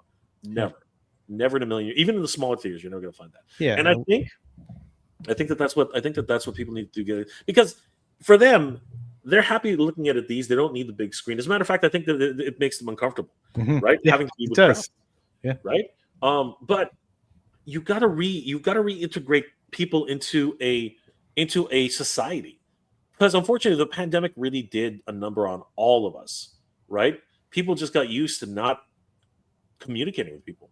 Right? People just got used to not being around people. People got used to saying, "Oh, don't come near me. I don't want you breathing on me because you might give me something." Like that really killed us for, what was it, 2 years, 3 years? 2 years, yeah, about maybe that, longer before people are actually kind of even comfortable. Yeah, and there's like a generation that's kind of lost in the middle where like they never got the skills, and now we can blame the phones, but it's a different generation. It's also, we talk about why movies aren't making the money they used to. People can't afford it. Like it's you can pick some, like if you have a family and there's 4 of you, how many times can you go to the movie, right? That's the reality of it, right? I remember begging my parents to go. We never went to the movies when we were younger. I like, and lucky, like movies like the Star Wars movies and E.T. were in the theaters for 3 years. So you begged long enough you could go. But now they just go right to the screen at home, right? So who's going to wait for it? And that's the reality of why also, like, you have a lot of people that love Fantastic Four and Superman are seeing it multiple times. But that doesn't make up for the people who literally, like, we're spoiled here. We can talk about all the movies we go to see. It's the reality of it. People can't afford it. That's the times that we live in, right? So I think that they have to look at their pricing as well. Yeah, I think that, and that's the problem with these big budget films that are expected to make their money back, in theater. The problem is nobody's really going to theaters anymore, so they have to come up with creative ways to do that. And I think if you're a comic book fan, you want the comic book experience. Whenever I go to Comic-Con, it's just like, it has to be in the face. Theaters have to hire cosplayers. They have to hire cosplayers. They got to do the whole shebang. They got to have people outside. They got to be in costume. They got to be meeting and greeting. At least for opening night and certain showings. Sure. Right. Like special engagements, whatever. Yeah. Right. But what you need to go that extra mile. But there's no sense of urgency yet. but it's going to come to that. Oh, it's right? going to be overnight when they shut down. It's going to, what do you mean the theaters are gone? People are going to be surprised, but it's going to be so, it's like a .com bubble just waiting. It's like Toys R Us. Toys R Us is slowly disappearing. People don't realize it, but like in the United States, it happened like that overnight. But why? Because they were stupid, right? They sold they were sold to a company that only wanted to use them for their branding, for their credit. No, for their credit. They use them for their credit, and they just maxed out their credit, and they went into bankruptcy. Right. And that doesn't work in any situation. Like whether you're trying to get married and get better credit, like that doesn't work anyway. No, but that's the whole point, right? They knew going in that they were going to freaking bankrupt Toys R Us, which was crazy. Toys R Us had incredible credit, right? And it's happening here in Canada now, right? Canada is slowly losing Toys R Us, and it's a shame, right? It's a damn shame. And it's going to happen with all these theaters. Like look at AMC. AMC, and actually, if you actually follow the trajectory of what happened with that whole scenario, Famous Players used to be the big boy in town, right? They were the biggest name in Canada. Right? They feared AMC coming into Canada so much that they bought and invested in massive luxury theaters. And they did it all on credit. And unfortunately, they couldn't pay that credit back. Here comes Cineplex Odeon and their bankruptcy idea. They swooped in, they bought all their theaters at a fraction of the cost. And they have all brand new theaters. And now they're the only name in town. AMC basically came in, couldn't do anything, and freaking left. Yeah. Absolutely insane. Yeah, the AMCs are now usually a place to go work out now. Yeah, exactly. Yeah. They did buy big footprints, but they were not, they didn't last. Yeah, Planet Fitness or something like that. Yeah. LA Fitness, like a whole bunch. Yeah, for sure. Well, I want to get Mega J's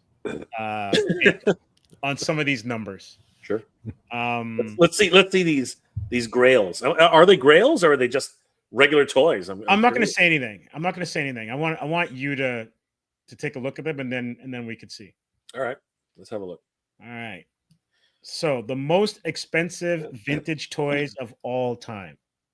I'll tell you if I knew these. Okay. So the table of contents are. I'm going to give you I'm going to give them to you, and then you get to see the price. So number 1, Barbie by Stefano Canturi, 2010. Yeah. A 1963 GI Joe. Okay. 1979 rocket firing Boba Fett. Yeah, that's not a surprise. That's not a surprise at all. A Steve Louis Vuitton bear, 2000. Pip and Co. Mickey Mouse motorcycle, 1930, which would make sense. Yep. 1978 Star Wars Obi-Wan Ben Kenobi. Okay, gotcha. Darth Vader from 1978. Wow. How many Star Wars we got on there? I think they take 6 of the top 10. Holy shit. Droids, what is that? Villix, 1988. Luke Skywalker from 1978. And then Transformers Autobot Air Guardian Jetfire from 85. Does that ring a bell? Wow, Jetfire made the list. That's impressive. All right, so take a look at some of these. So nostalgia is part of the vintage toys, part of the appeal of vintage toys, and every generation has their own. The late 70s introduced us to Star Wars action figures. Transformers began their meteoric rise. In the 80s, Furby spoke to us in the 90s. Beyond nostalgia, it's rarity, authenticity, and condition that make for the most expensive vintage toys ever sold. Sure. Take a look below. And this is on public, by the way, to give them their props. Yeah. So this one was 302,500 Christie's. So the problem is that vintage, the term vintage now is actually coming around, right? Because they're considering the PlayStation 1 is vintage now. You know what I mean? Like that scares the crap out of me. I guess for some. That scares the crap out of me. People are saying that what's it called? The Xbox is retro. You know what I mean? The original Xbox. This is like, wow, holy crap, right? Okay. Okay. So Barbie Vice. So this is one of those signature series Barbies, right? Yes. So and it's from 2010. And by a big time designer, because that's and I imagine the circulation of this can't be more than a couple thousand. I can't imagine that. Probably not. Crazy. So it says here, non-bedazzled versions of the doll fetched far less, but still top expensive lists. As a 1965 Barbie in Midnight Red is going for $17,000 in 26. Yep. And $27,000 in 2006. So that's a ways away. So G.I. Joe 1963 $200,000. I could see Yeah. that. Okay, that is a so G.I. Joe obviously termed like actually coined the phrase action figure. It's the first time Yes. Yeah. any toy which is marketed towards boys, dolls, right? Because that's what they were the size of Barbies. So that was the first time it was ever coined the phrase action figure. So yes, a mint condition 1963 G.I. Joe. I can completely see that. And which one is this? Because there were many. This is Salty the Sailor. Salty right? the Salty Sailor. the Sailor. Or it might have been. Yeah. Let me see. Who's Levine? It doesn't really say. Donald Levine. Oh, that's the Hasbro executive. My bad. Yes, the Hasbro executive who created the line. Yeah. So you ready for Boba Fett? Boba Fett, 185,000. that's like a no-brainer. This is the legendary Yes. figure which was pulled from shelves Yes. because of a choking hazard risk. Yes. Right? It's too bad. Could you right-click on that, see if you can reload the image? Because that's unfortunate. If you're on a Mac, it's Control-click. Cancel. Control-click. Yeah, Control-click. See if you can you just gotta on that icon there that's broken. Let me see if I'll do it on here. Yeah, right there. So Control-click on it, and it should bring up a contextual menu. So hold Control and click it. No, I'm not getting it. No. Okay. Anyway, it's fine. People know what Boba Fett looks like, but yeah, this was. I think it was it was pulled from the shelves. So basically, if you were able to hold on to one, then you were a very, very lucky young boy, because that thing is insane. So this Louis Vuitton bear is outside of my realm. Yeah, but anything connected with Louis Vuitton, yes. And again, it was probably made in very limited quantities. It was in 2000, right? Like again, I'm so old, right? I think that when I think of vintage, I'm thinking like the 60s and like 80s, yeah, and 70s. Yeah, 70s is where I'm kind of like putting the mark, right? Even like I'll consider the original NES right now as retro for me, right? But that's because I lived in those ages, right? Yeah, Atari 2600 for yes, exactly. Those of us in a certain vintage. A certain vintage. This Mickey Mouse one. Yeah, 110,000. That makes sense. Wow. Yeah, this was back in this was in the 1930s when during the war, the approaching war and everything like that, materials were scarce, right? So they started making toys out of tin. So, question: would this be Steamboat Mickey, or is this post that? This is around the time of Steamboat Mickey, but I think it's even after. It's got to be either post that or just after, right? Just after, right? Obi-Wan. We're not getting into the Star Wars stuff. Let me see if I refresh this. Yeah, hit a refresh. Maybe something will come in. But it's strange that it's not coming up. Yeah, no. So this one is it's the double telescoping lightsaber. Yes. Okay. Yeah. Understood. Yeah. So it came out twice. Like yes. it wasn't just a single rod. It was a double rod. Yeah, it was a double rod. And that's what one within another, kind of. Yeah, and that's what made it so rare because A, many of them broke, and B, they probably did a recall on many of them to actually release them as a single rod. Yeah, and correct me if I'm wrong. Didn't those lightsabers also have like this really tiny little part at the end, which is almost like it was the lightsaber, and then there was like a little tiny part as well too. No, but that's what they're talking about. That is the double telescope. Because what happens is it would get caught, right? Yeah, it was embedded inside the wrist. You would. It had that lever. Move it, right, and it would just come out from the front.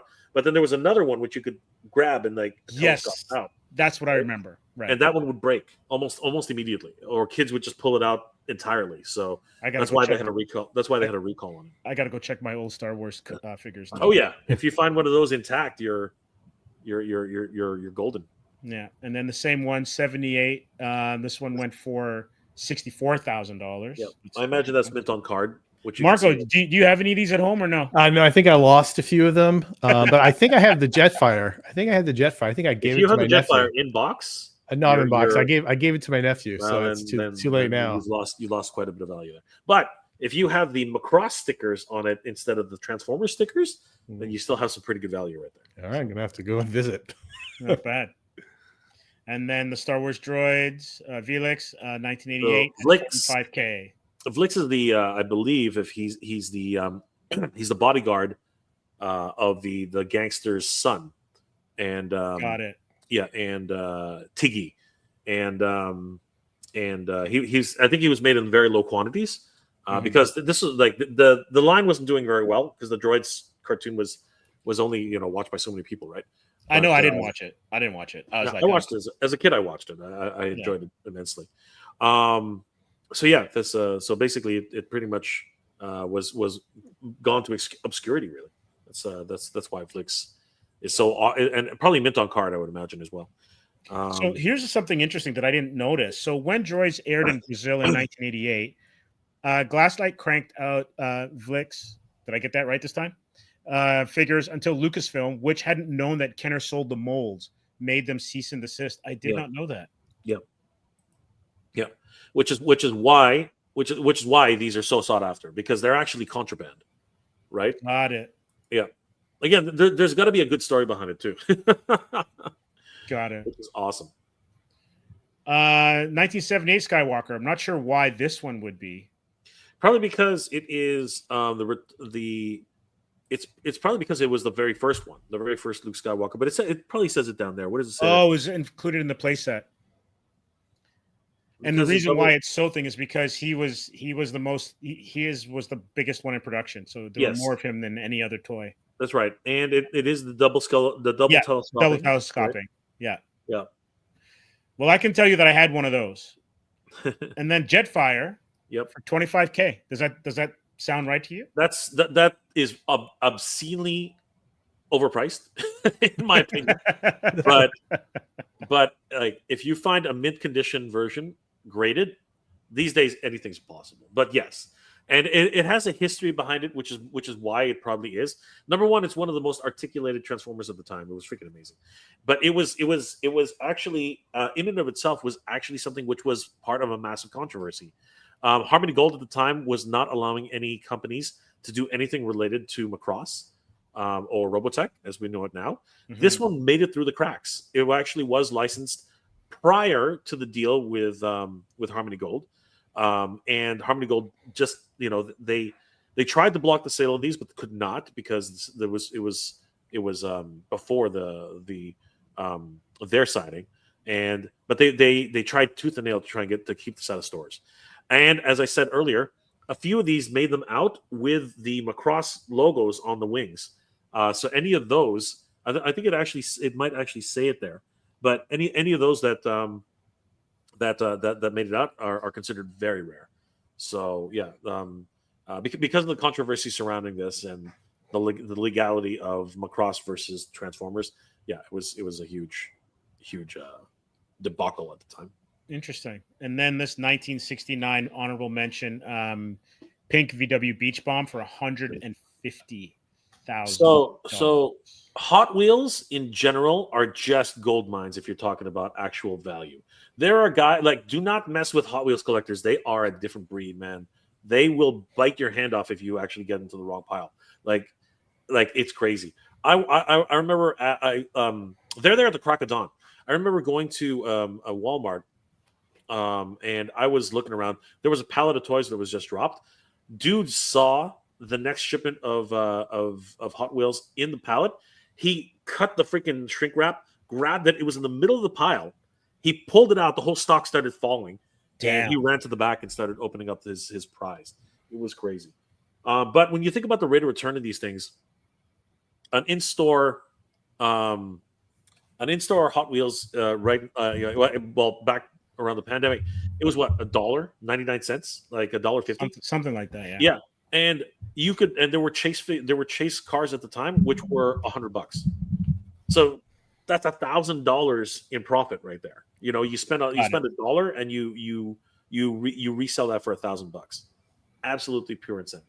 So it was, and if you look on any you just type in Hot Wheels collectors on YouTube, you'll see these guys. They talk all about the culture around Hot Wheels collection right now. It's crazy.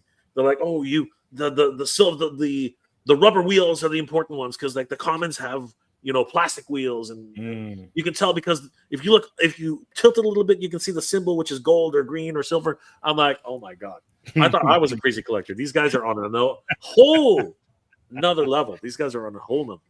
Right. And the last thing I want to share with you guys, and I'd like your 2 cents on this, is the McFarlane Gold Label Roundup. And so some of these dropped today, apparently. Yep. So it says here the McFarlane Gold Label Roundup, Mr. Bones, Obsidian, and the Batmobile and the Batman Batmobile. Yep. So they dropped teasers for upcoming DC Multiverse Gold Label items set to drop this week. So this came out on the 12th, and their dates are wrong because it says that it will drop Wednesday the 14th, while today's the 13th. Either way, let's take a look at some of these. You tell me what you think. Yeah, they're fine. I mean, like Mr. Bones is obviously a take on Captain Harlock. Yeah, he is literally Captain Harlock with a bone with Skeletor's face. Yes. I mean, there's no getting around that. If you put up Captain Harlock right next to this guy, you're like, there's copyright infringement in there somewhere. That is absolutely like spot on. But he looks great. You know what I mean? I mean, the only thing missing is the Jolly Rogers. Like, he is the head on the Jolly Roger, right? Pretty much. You can see that, right? Like that's how they designed it. But this is a stolen character. Like I truly believe that. But yeah, well, no wonder he's a gold label. Like, I'm pretty sure there was some litigation on this one somewhere along the line. So he looks great though. Like, if you look at you look at the card, the collectible card versus the figure, he looks amazing. Yeah, great stuff. No, imposing. I love the cape. And you get a lithograph with it too, which is awesome. Yep. And then we have Obsidian. Looks pretty these cool. are some deep cuts. These are yes. really deep cuts. These are these are great characters. But this is what happens. So famously, this is the McFarlane is losing the DC license to Mattel, right? Yeah. So they are effectively throwing everything at the kitchen sink right now. They will basically produce anything at this point. They are producing everything that fans actually want.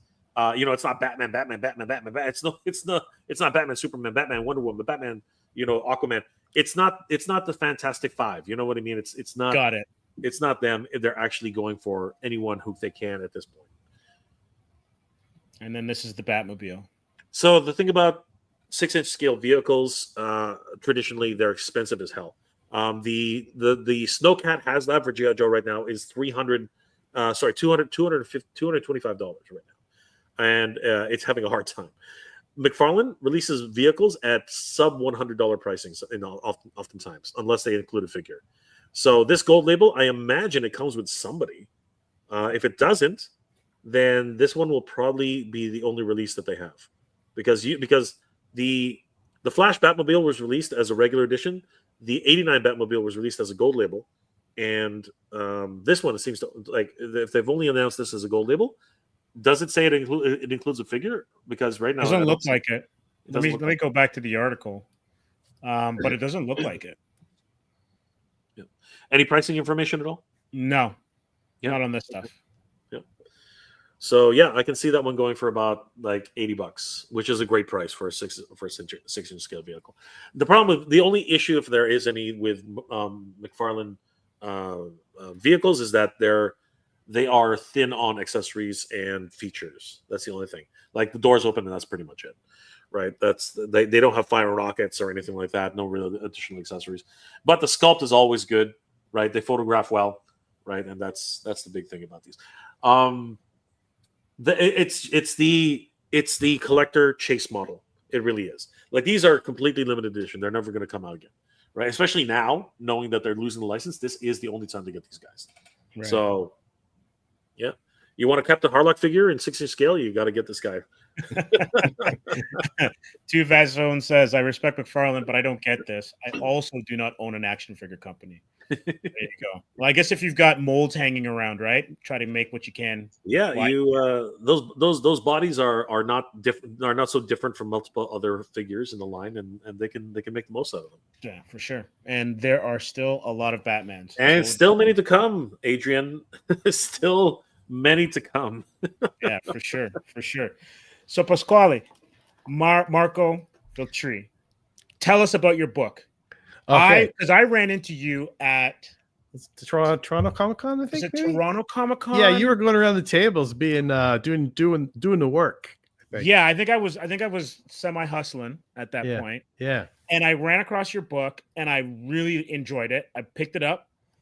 So tell us about your create your own graphic novel. It's a graphic novel, correct? It's a graphic novel. Well, over time we had 5 issues that we were building towards the graphic novel, and now you can buy it collected.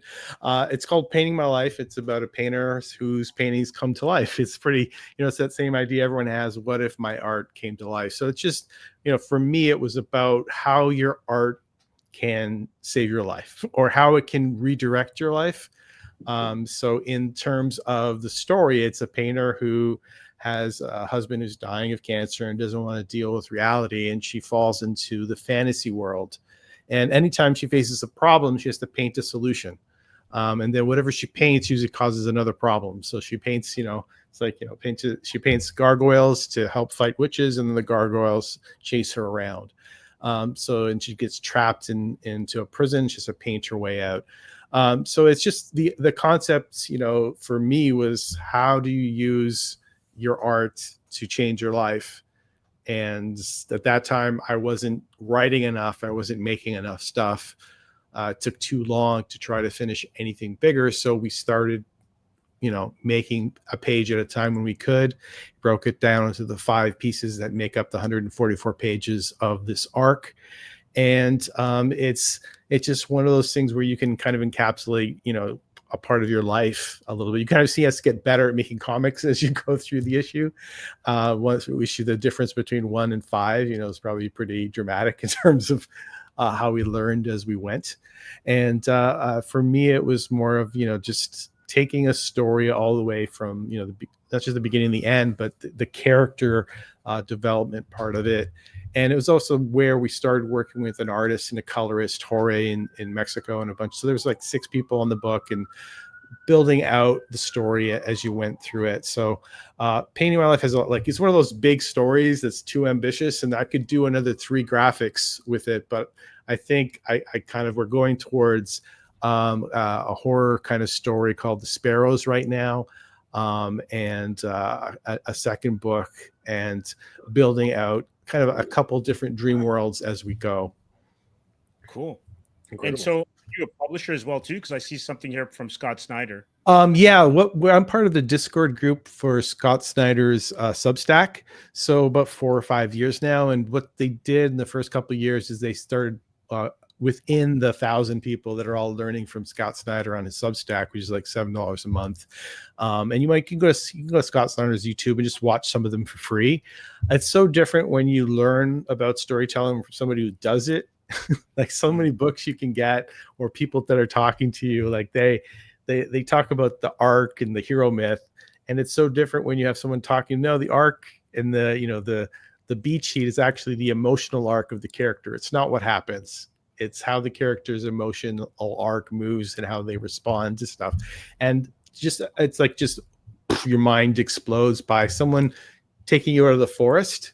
So it's one of those things where all you need is someone to show you the right way to go. And with Scott Snyder's class, just some of the videos early on were just pushing me away from, the beat towards the emotional arc kind of stuff. And these are a collection. Tales of the Cloakroom is a collection of short stories from all the students. So there's a volume 1, volume 2, and I think there's also a volume 3 and 4 right now. But each year the students get together and do that. And it's a great learning experience, because everyone's at different levels. But if anyone is interested in making comics, I would recommend go and checking out Scott Snyder's YouTube page and just watch some of the free videos there. You get a sense of, and it's also community based too. Like after 4 or 5 years, like you have sub Discords where people start. It's like at this point I'm like, so many Discords, but you have different communities that you always, sometimes even at conventions where it seems like there's so many people there, the first couple of years you can feel lost. Yeah, right? Like as you're at the table, you don't know if you can leave your table, you don't know what you're supposed to do. But yeah, so we're just so lucky to have learned how to walk in comics with this first graphic novel, and now moving forward, we just know that the only goal is to make the next one better, right? That's the only way forward. So that's, I think next Toronto Comic Con in March, we should hopefully have some new pages for a new book. and go from there. But, yeah. That's great. And Marco, we got a question from Tiffany, who's asking this under Tuvaz Zone. I would enjoy reading this. Where do I buy it? And she says, Mega J, it's Tiffany here, by the way. You can go right to pmlcomic.com, which is the site that he's showing. You can buy it off the webpage. You can also, I think there's still some PDFs on Amazon from when Comixology ate it up, like you used to have it all in Comixology. Yeah. But the main source is that webpage right now, where you can choose to buy the printed version or the digital. That's awesome. That's great. And a question: when you're going through the Substack and learning from Scott Snyder, considering how different but also how similar movies are to comic books, has that changed how you tell stories when you go in behind the camera as well too? A little bit. Like I remember, like I go back to the Ty Templeton class, because it's like a lot of it was just Ty Templeton telling stories, but like it's just like that one thing about the gutter, or because I was, I think 12 years ago, much more into like the cinematography, video, image based storytelling, but how he described things, and Scott Snyder does it too, it changes. Like it's so different. Like I guess I'm spoiled to be able to dabble my feet in both, but I would almost say opposite art forms a little bit, where one is passive, one is like you gauge them and draw them in. But I've been always so visual, and it's just, for me, just the use of color and design. Like I've always started like I started as a painter, a failed painter. So I always wanted to make a painting that moved, and then you got Painting My Life sort of comes from that. So for me, it's how does the image tell a story? And that's, how can you tell a story with just images, and then you add the words? So film and comics, again, are complete opposites and different skills, and it's so scary how different they are. But I think the storyboarding that I've done on my recent project that we did called The Doorway was a little bit more like, there's shots that I did that are spot on matches.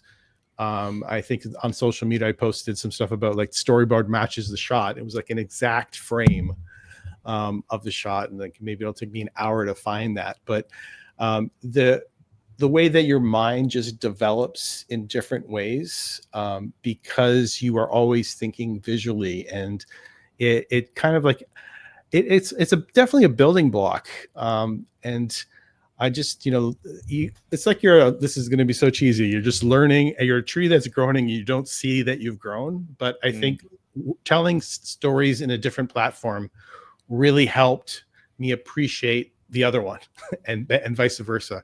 Makes sense. Where you can really just see the limitations or the lack of limitations in one or the other, because you know what it takes to make a comic versus a film.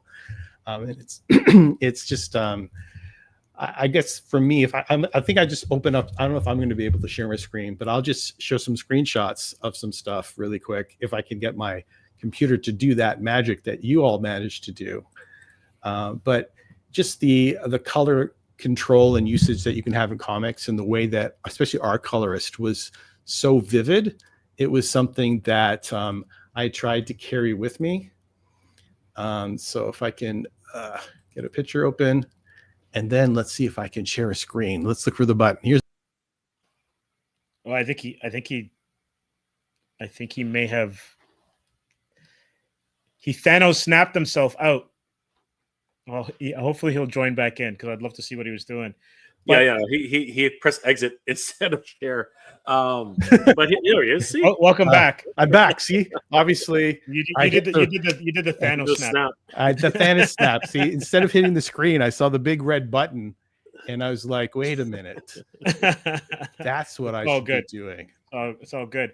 But one thing that you were mentioning, comics doesn't have, and we saw this with what Jay showed us with the Flipboard clip, is that you can't rely on sound design in a comic book. Yeah. Right. But when you do it like what Jay did with that little clip there, and you add sound and you have the voice actors and all that kind of stuff, it ups the storytelling, the narrative punch that a comic can deliver. You're absolutely right on that. Yeah, and we did that with a few, something very much shorter, like not as ambitious as what you made. It was like we made a mini trailer for each issue where it was like 10, 20 seconds of, and this is just an example of a still from some of the new stuff we're making where you just jump ahead through it. You should slow down. But essentially just the idea of concept and design, it's one builds on the other 100%. And I'll just stop at this one here. So even the ideas that you have become grow into something else because you're just bleeding from one medium to the other. And it's just, it kind of pushes you because you're thinking, okay, I could do that in a comic, but how do I do it in film practically? Right. So you just push yourself to find better locations, better use of colors, better design, better concept. And how is every shot, I always think of every shot in a film as a moving photograph or a visual metaphor that tells the story without the audio. Yes. And then you build that in and just enhance it. There's one moment in comics and film that's very similar, where when something's finished. In comics, it's when you finally get that print in your hands. And in filmmaking, it's where that one moment where you finally watch the movie with all the sound done, the first time you actually see the sound mix.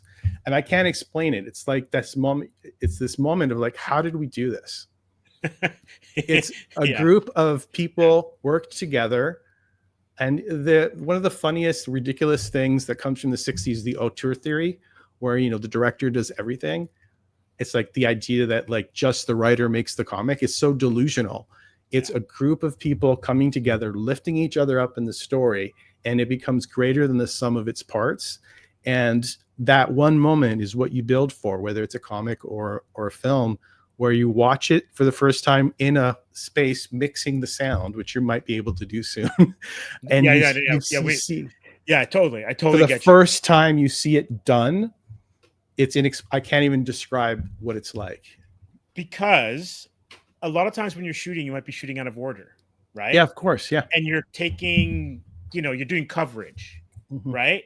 And so you're basically piecing together this story based on a schedule that you've got to get everything you need. But you're so right.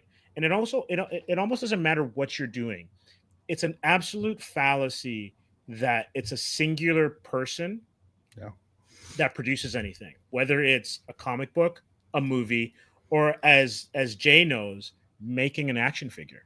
Yeah. Right. I can't even imagine. Like that's so like some of the figures, like I guess I have like some of the newer McLaren stuff, like the Cyber Superman stuff and a couple other ones. And I haven't seen them for so long. And then you get it, and you think it's going to be like this, but instead of 7, they're 8 inches, and the detail and the paint, it's crazy what they do now. Like I blew my kind of brain exploded when I looked at them. It's the same kind of idea. It's just how do they do this?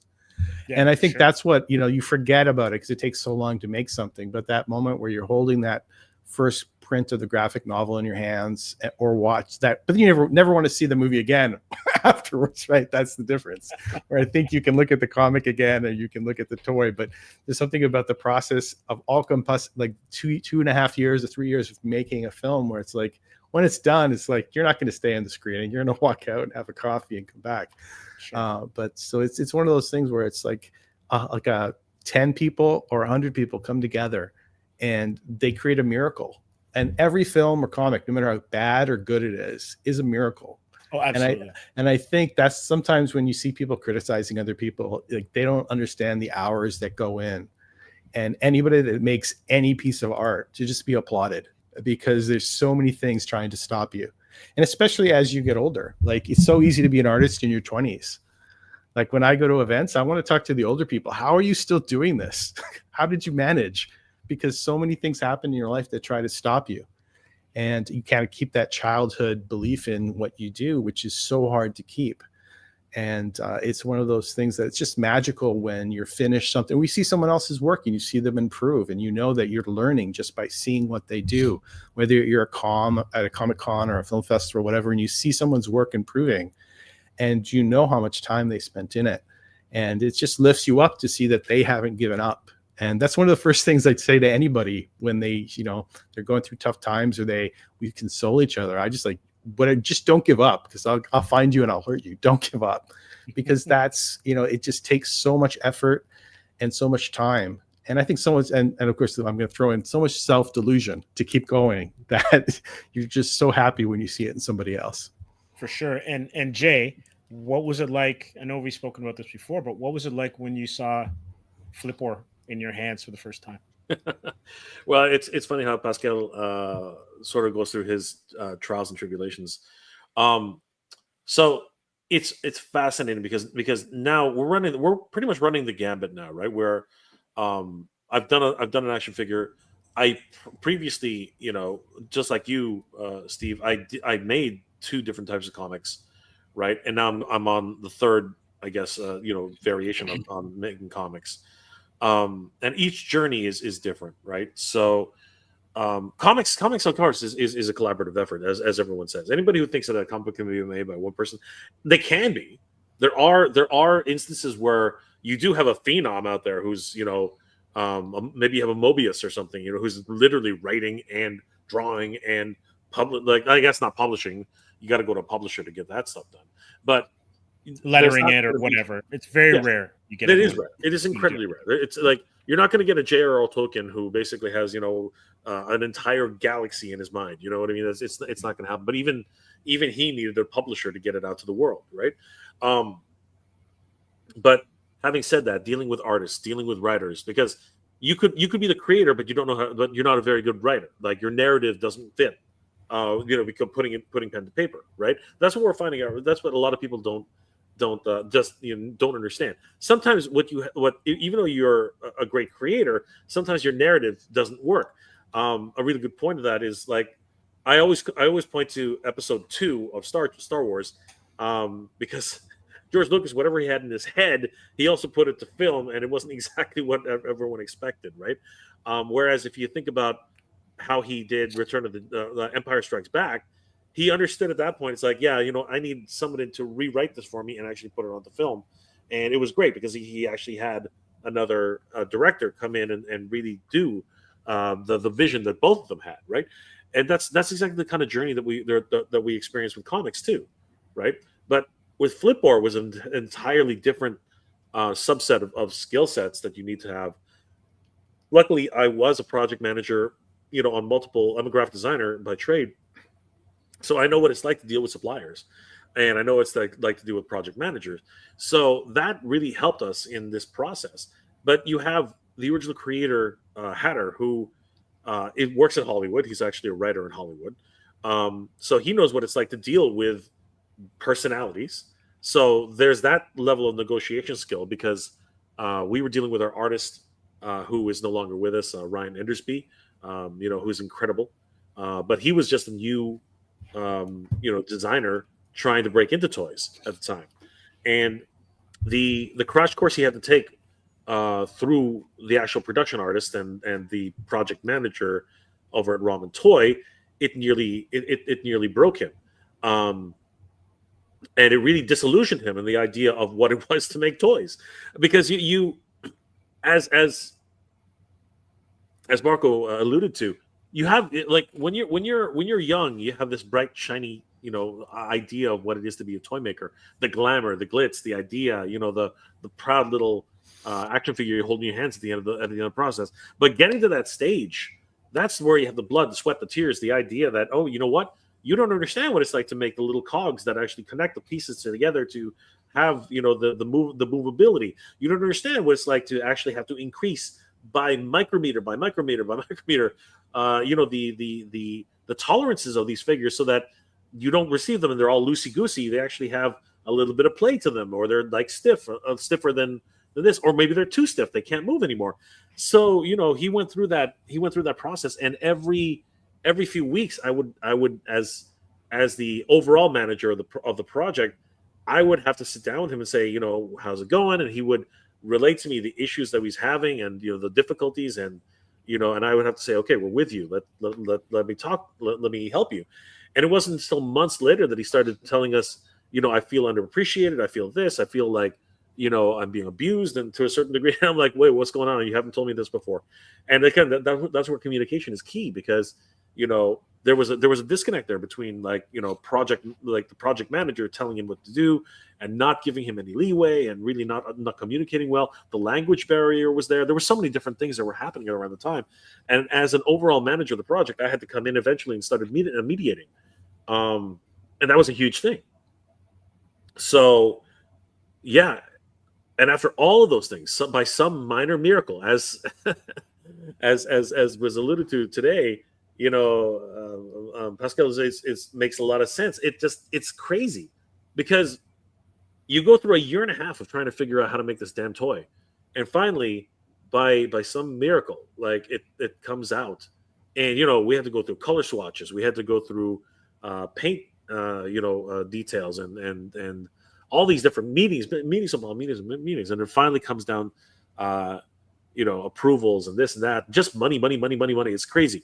But finally, after a year and a half of just absolute absolute hell, right?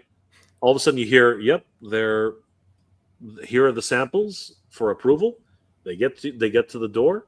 You see them, you play with them, you find out that it's absolutely the most gorgeous thing you've ever seen. And then comes the second part of the horror, which is you get dropped, 1,000 boxes of action figures to be shipped out to their backers, and then you start realizing what real hell is like. Again, there's a whole process. But fulfillment. Exactly. But what I traded for the world, no, it was an absolute incredible experience, and we're still fulfilling. We're at 95% now. Nice. And it still keeps going, because again, logistics is the worst, especially when you're dealing with now tariffs and now here in Canada, postal strikes. Like, a lot of problems going on right now, right? But it will get done. It will be finished. People will get their action figures. So no need for that. So no need. And you know what? Not for nothing. Okay, not for nothing. But I got to tell you, backers are the best and sometimes the worst people to deal with. I'm not even going to joke about that. They are the absolute greatest people in the world. They back your project. They deserve everything. They deserve my accolades. They deserve my thanks. They deserve everything. But at the same time, calm the fuck down, guys. Like, holy crap, you're going to get your stuff, okay? Like, we're not experts. We're not Mattel. We're not Hasbro. We don't have lines of distribution. We don't have years of experience. We're not billion-dollar companies. We're just a team of people who are dedicated to this and love what we're doing, and we will get you your stuff. Please don't shoot the messenger. Please. No, it's hard enough to do this without having everybody say, "Where's my figure? Where's my figure? Where's my figure?" I get it. Your figure's coming. Don't worry, it's coming. Just means the enthusiasm's there, and I want to go back. And I love that too. Yeah, I want to go back to Tiffany had a great comment here. I think I needed this pep talk. Thank you for that. These were the right words at the right time. So whatever you're working on, Tiffany, I hope that you are, keeping the focus straight ahead. Know that you don't need to do everything by yourself.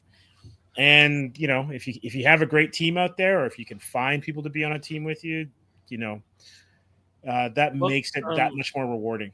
Yeah, and Two Zone, of course, is a team. They're a wife and husband team, and they do great work together. Amazing custom work. If you guys haven't already, please head over to Two Zone on YouTube. Check out their Instagram. Check out their videos. They do amazing tutorials and overviews of customizations and action figures. And definitely follow them on Instagram. Like, you will see some amazing work, and they're working hard, and it's all for the love of action figures and art at the end of the day. So huge shout out to Two Zone. Thank you guys for being here. Well, Marco, I want to thank you. Jay wants to thank you for joining us. We had a great chat, talking comics, talking movies, horror. What can people expect from you, and where can they find you? Well, they can find me online at pmveltry.com or socials, pmveltry. I'm pretty consistent, at least with that. So basically, name a social media platform. You go to pmveltry, it'll be there. And the webpage is also just pmveltry.com. What we got coming up is maybe a short film with special effects that's finished in 6 months. plus a comic for next Comic-Con. We'll probably do a Kickstarter February, maybe. We'll see. It's been a while since we did a Kickstarter, so we'll see. We're going to keep it small. It's be like just $400 maybe. We'll see. Nothing big, just enough to cover some print costs. We're not delusional. And so next event's probably that. There's a few other things coming up, but I've forgotten what they are right now. But we have an event section on the webpage too, so they can track us down there. All right, that's great to hear. Well, Mega J, as usual, it was great to see you. Great to chop it up with you. Marco was great. I want to thank everyone who came by, tuned in, commented, liked it or shared it. Really appreciate that. If you are a fan of toys, please head to Mega J Retro's channel. Make sure you like and subscribe. Check out Marco's stuff on Instagram and hit up his website. Please make sure you follow his stuff. He's got some great stuff coming down the pipe. And we will see everyone in 7. Thanks again, and see everyone soon. Bye. Thanks so much. Yeah, everybody. Geek Proud. Pleasure.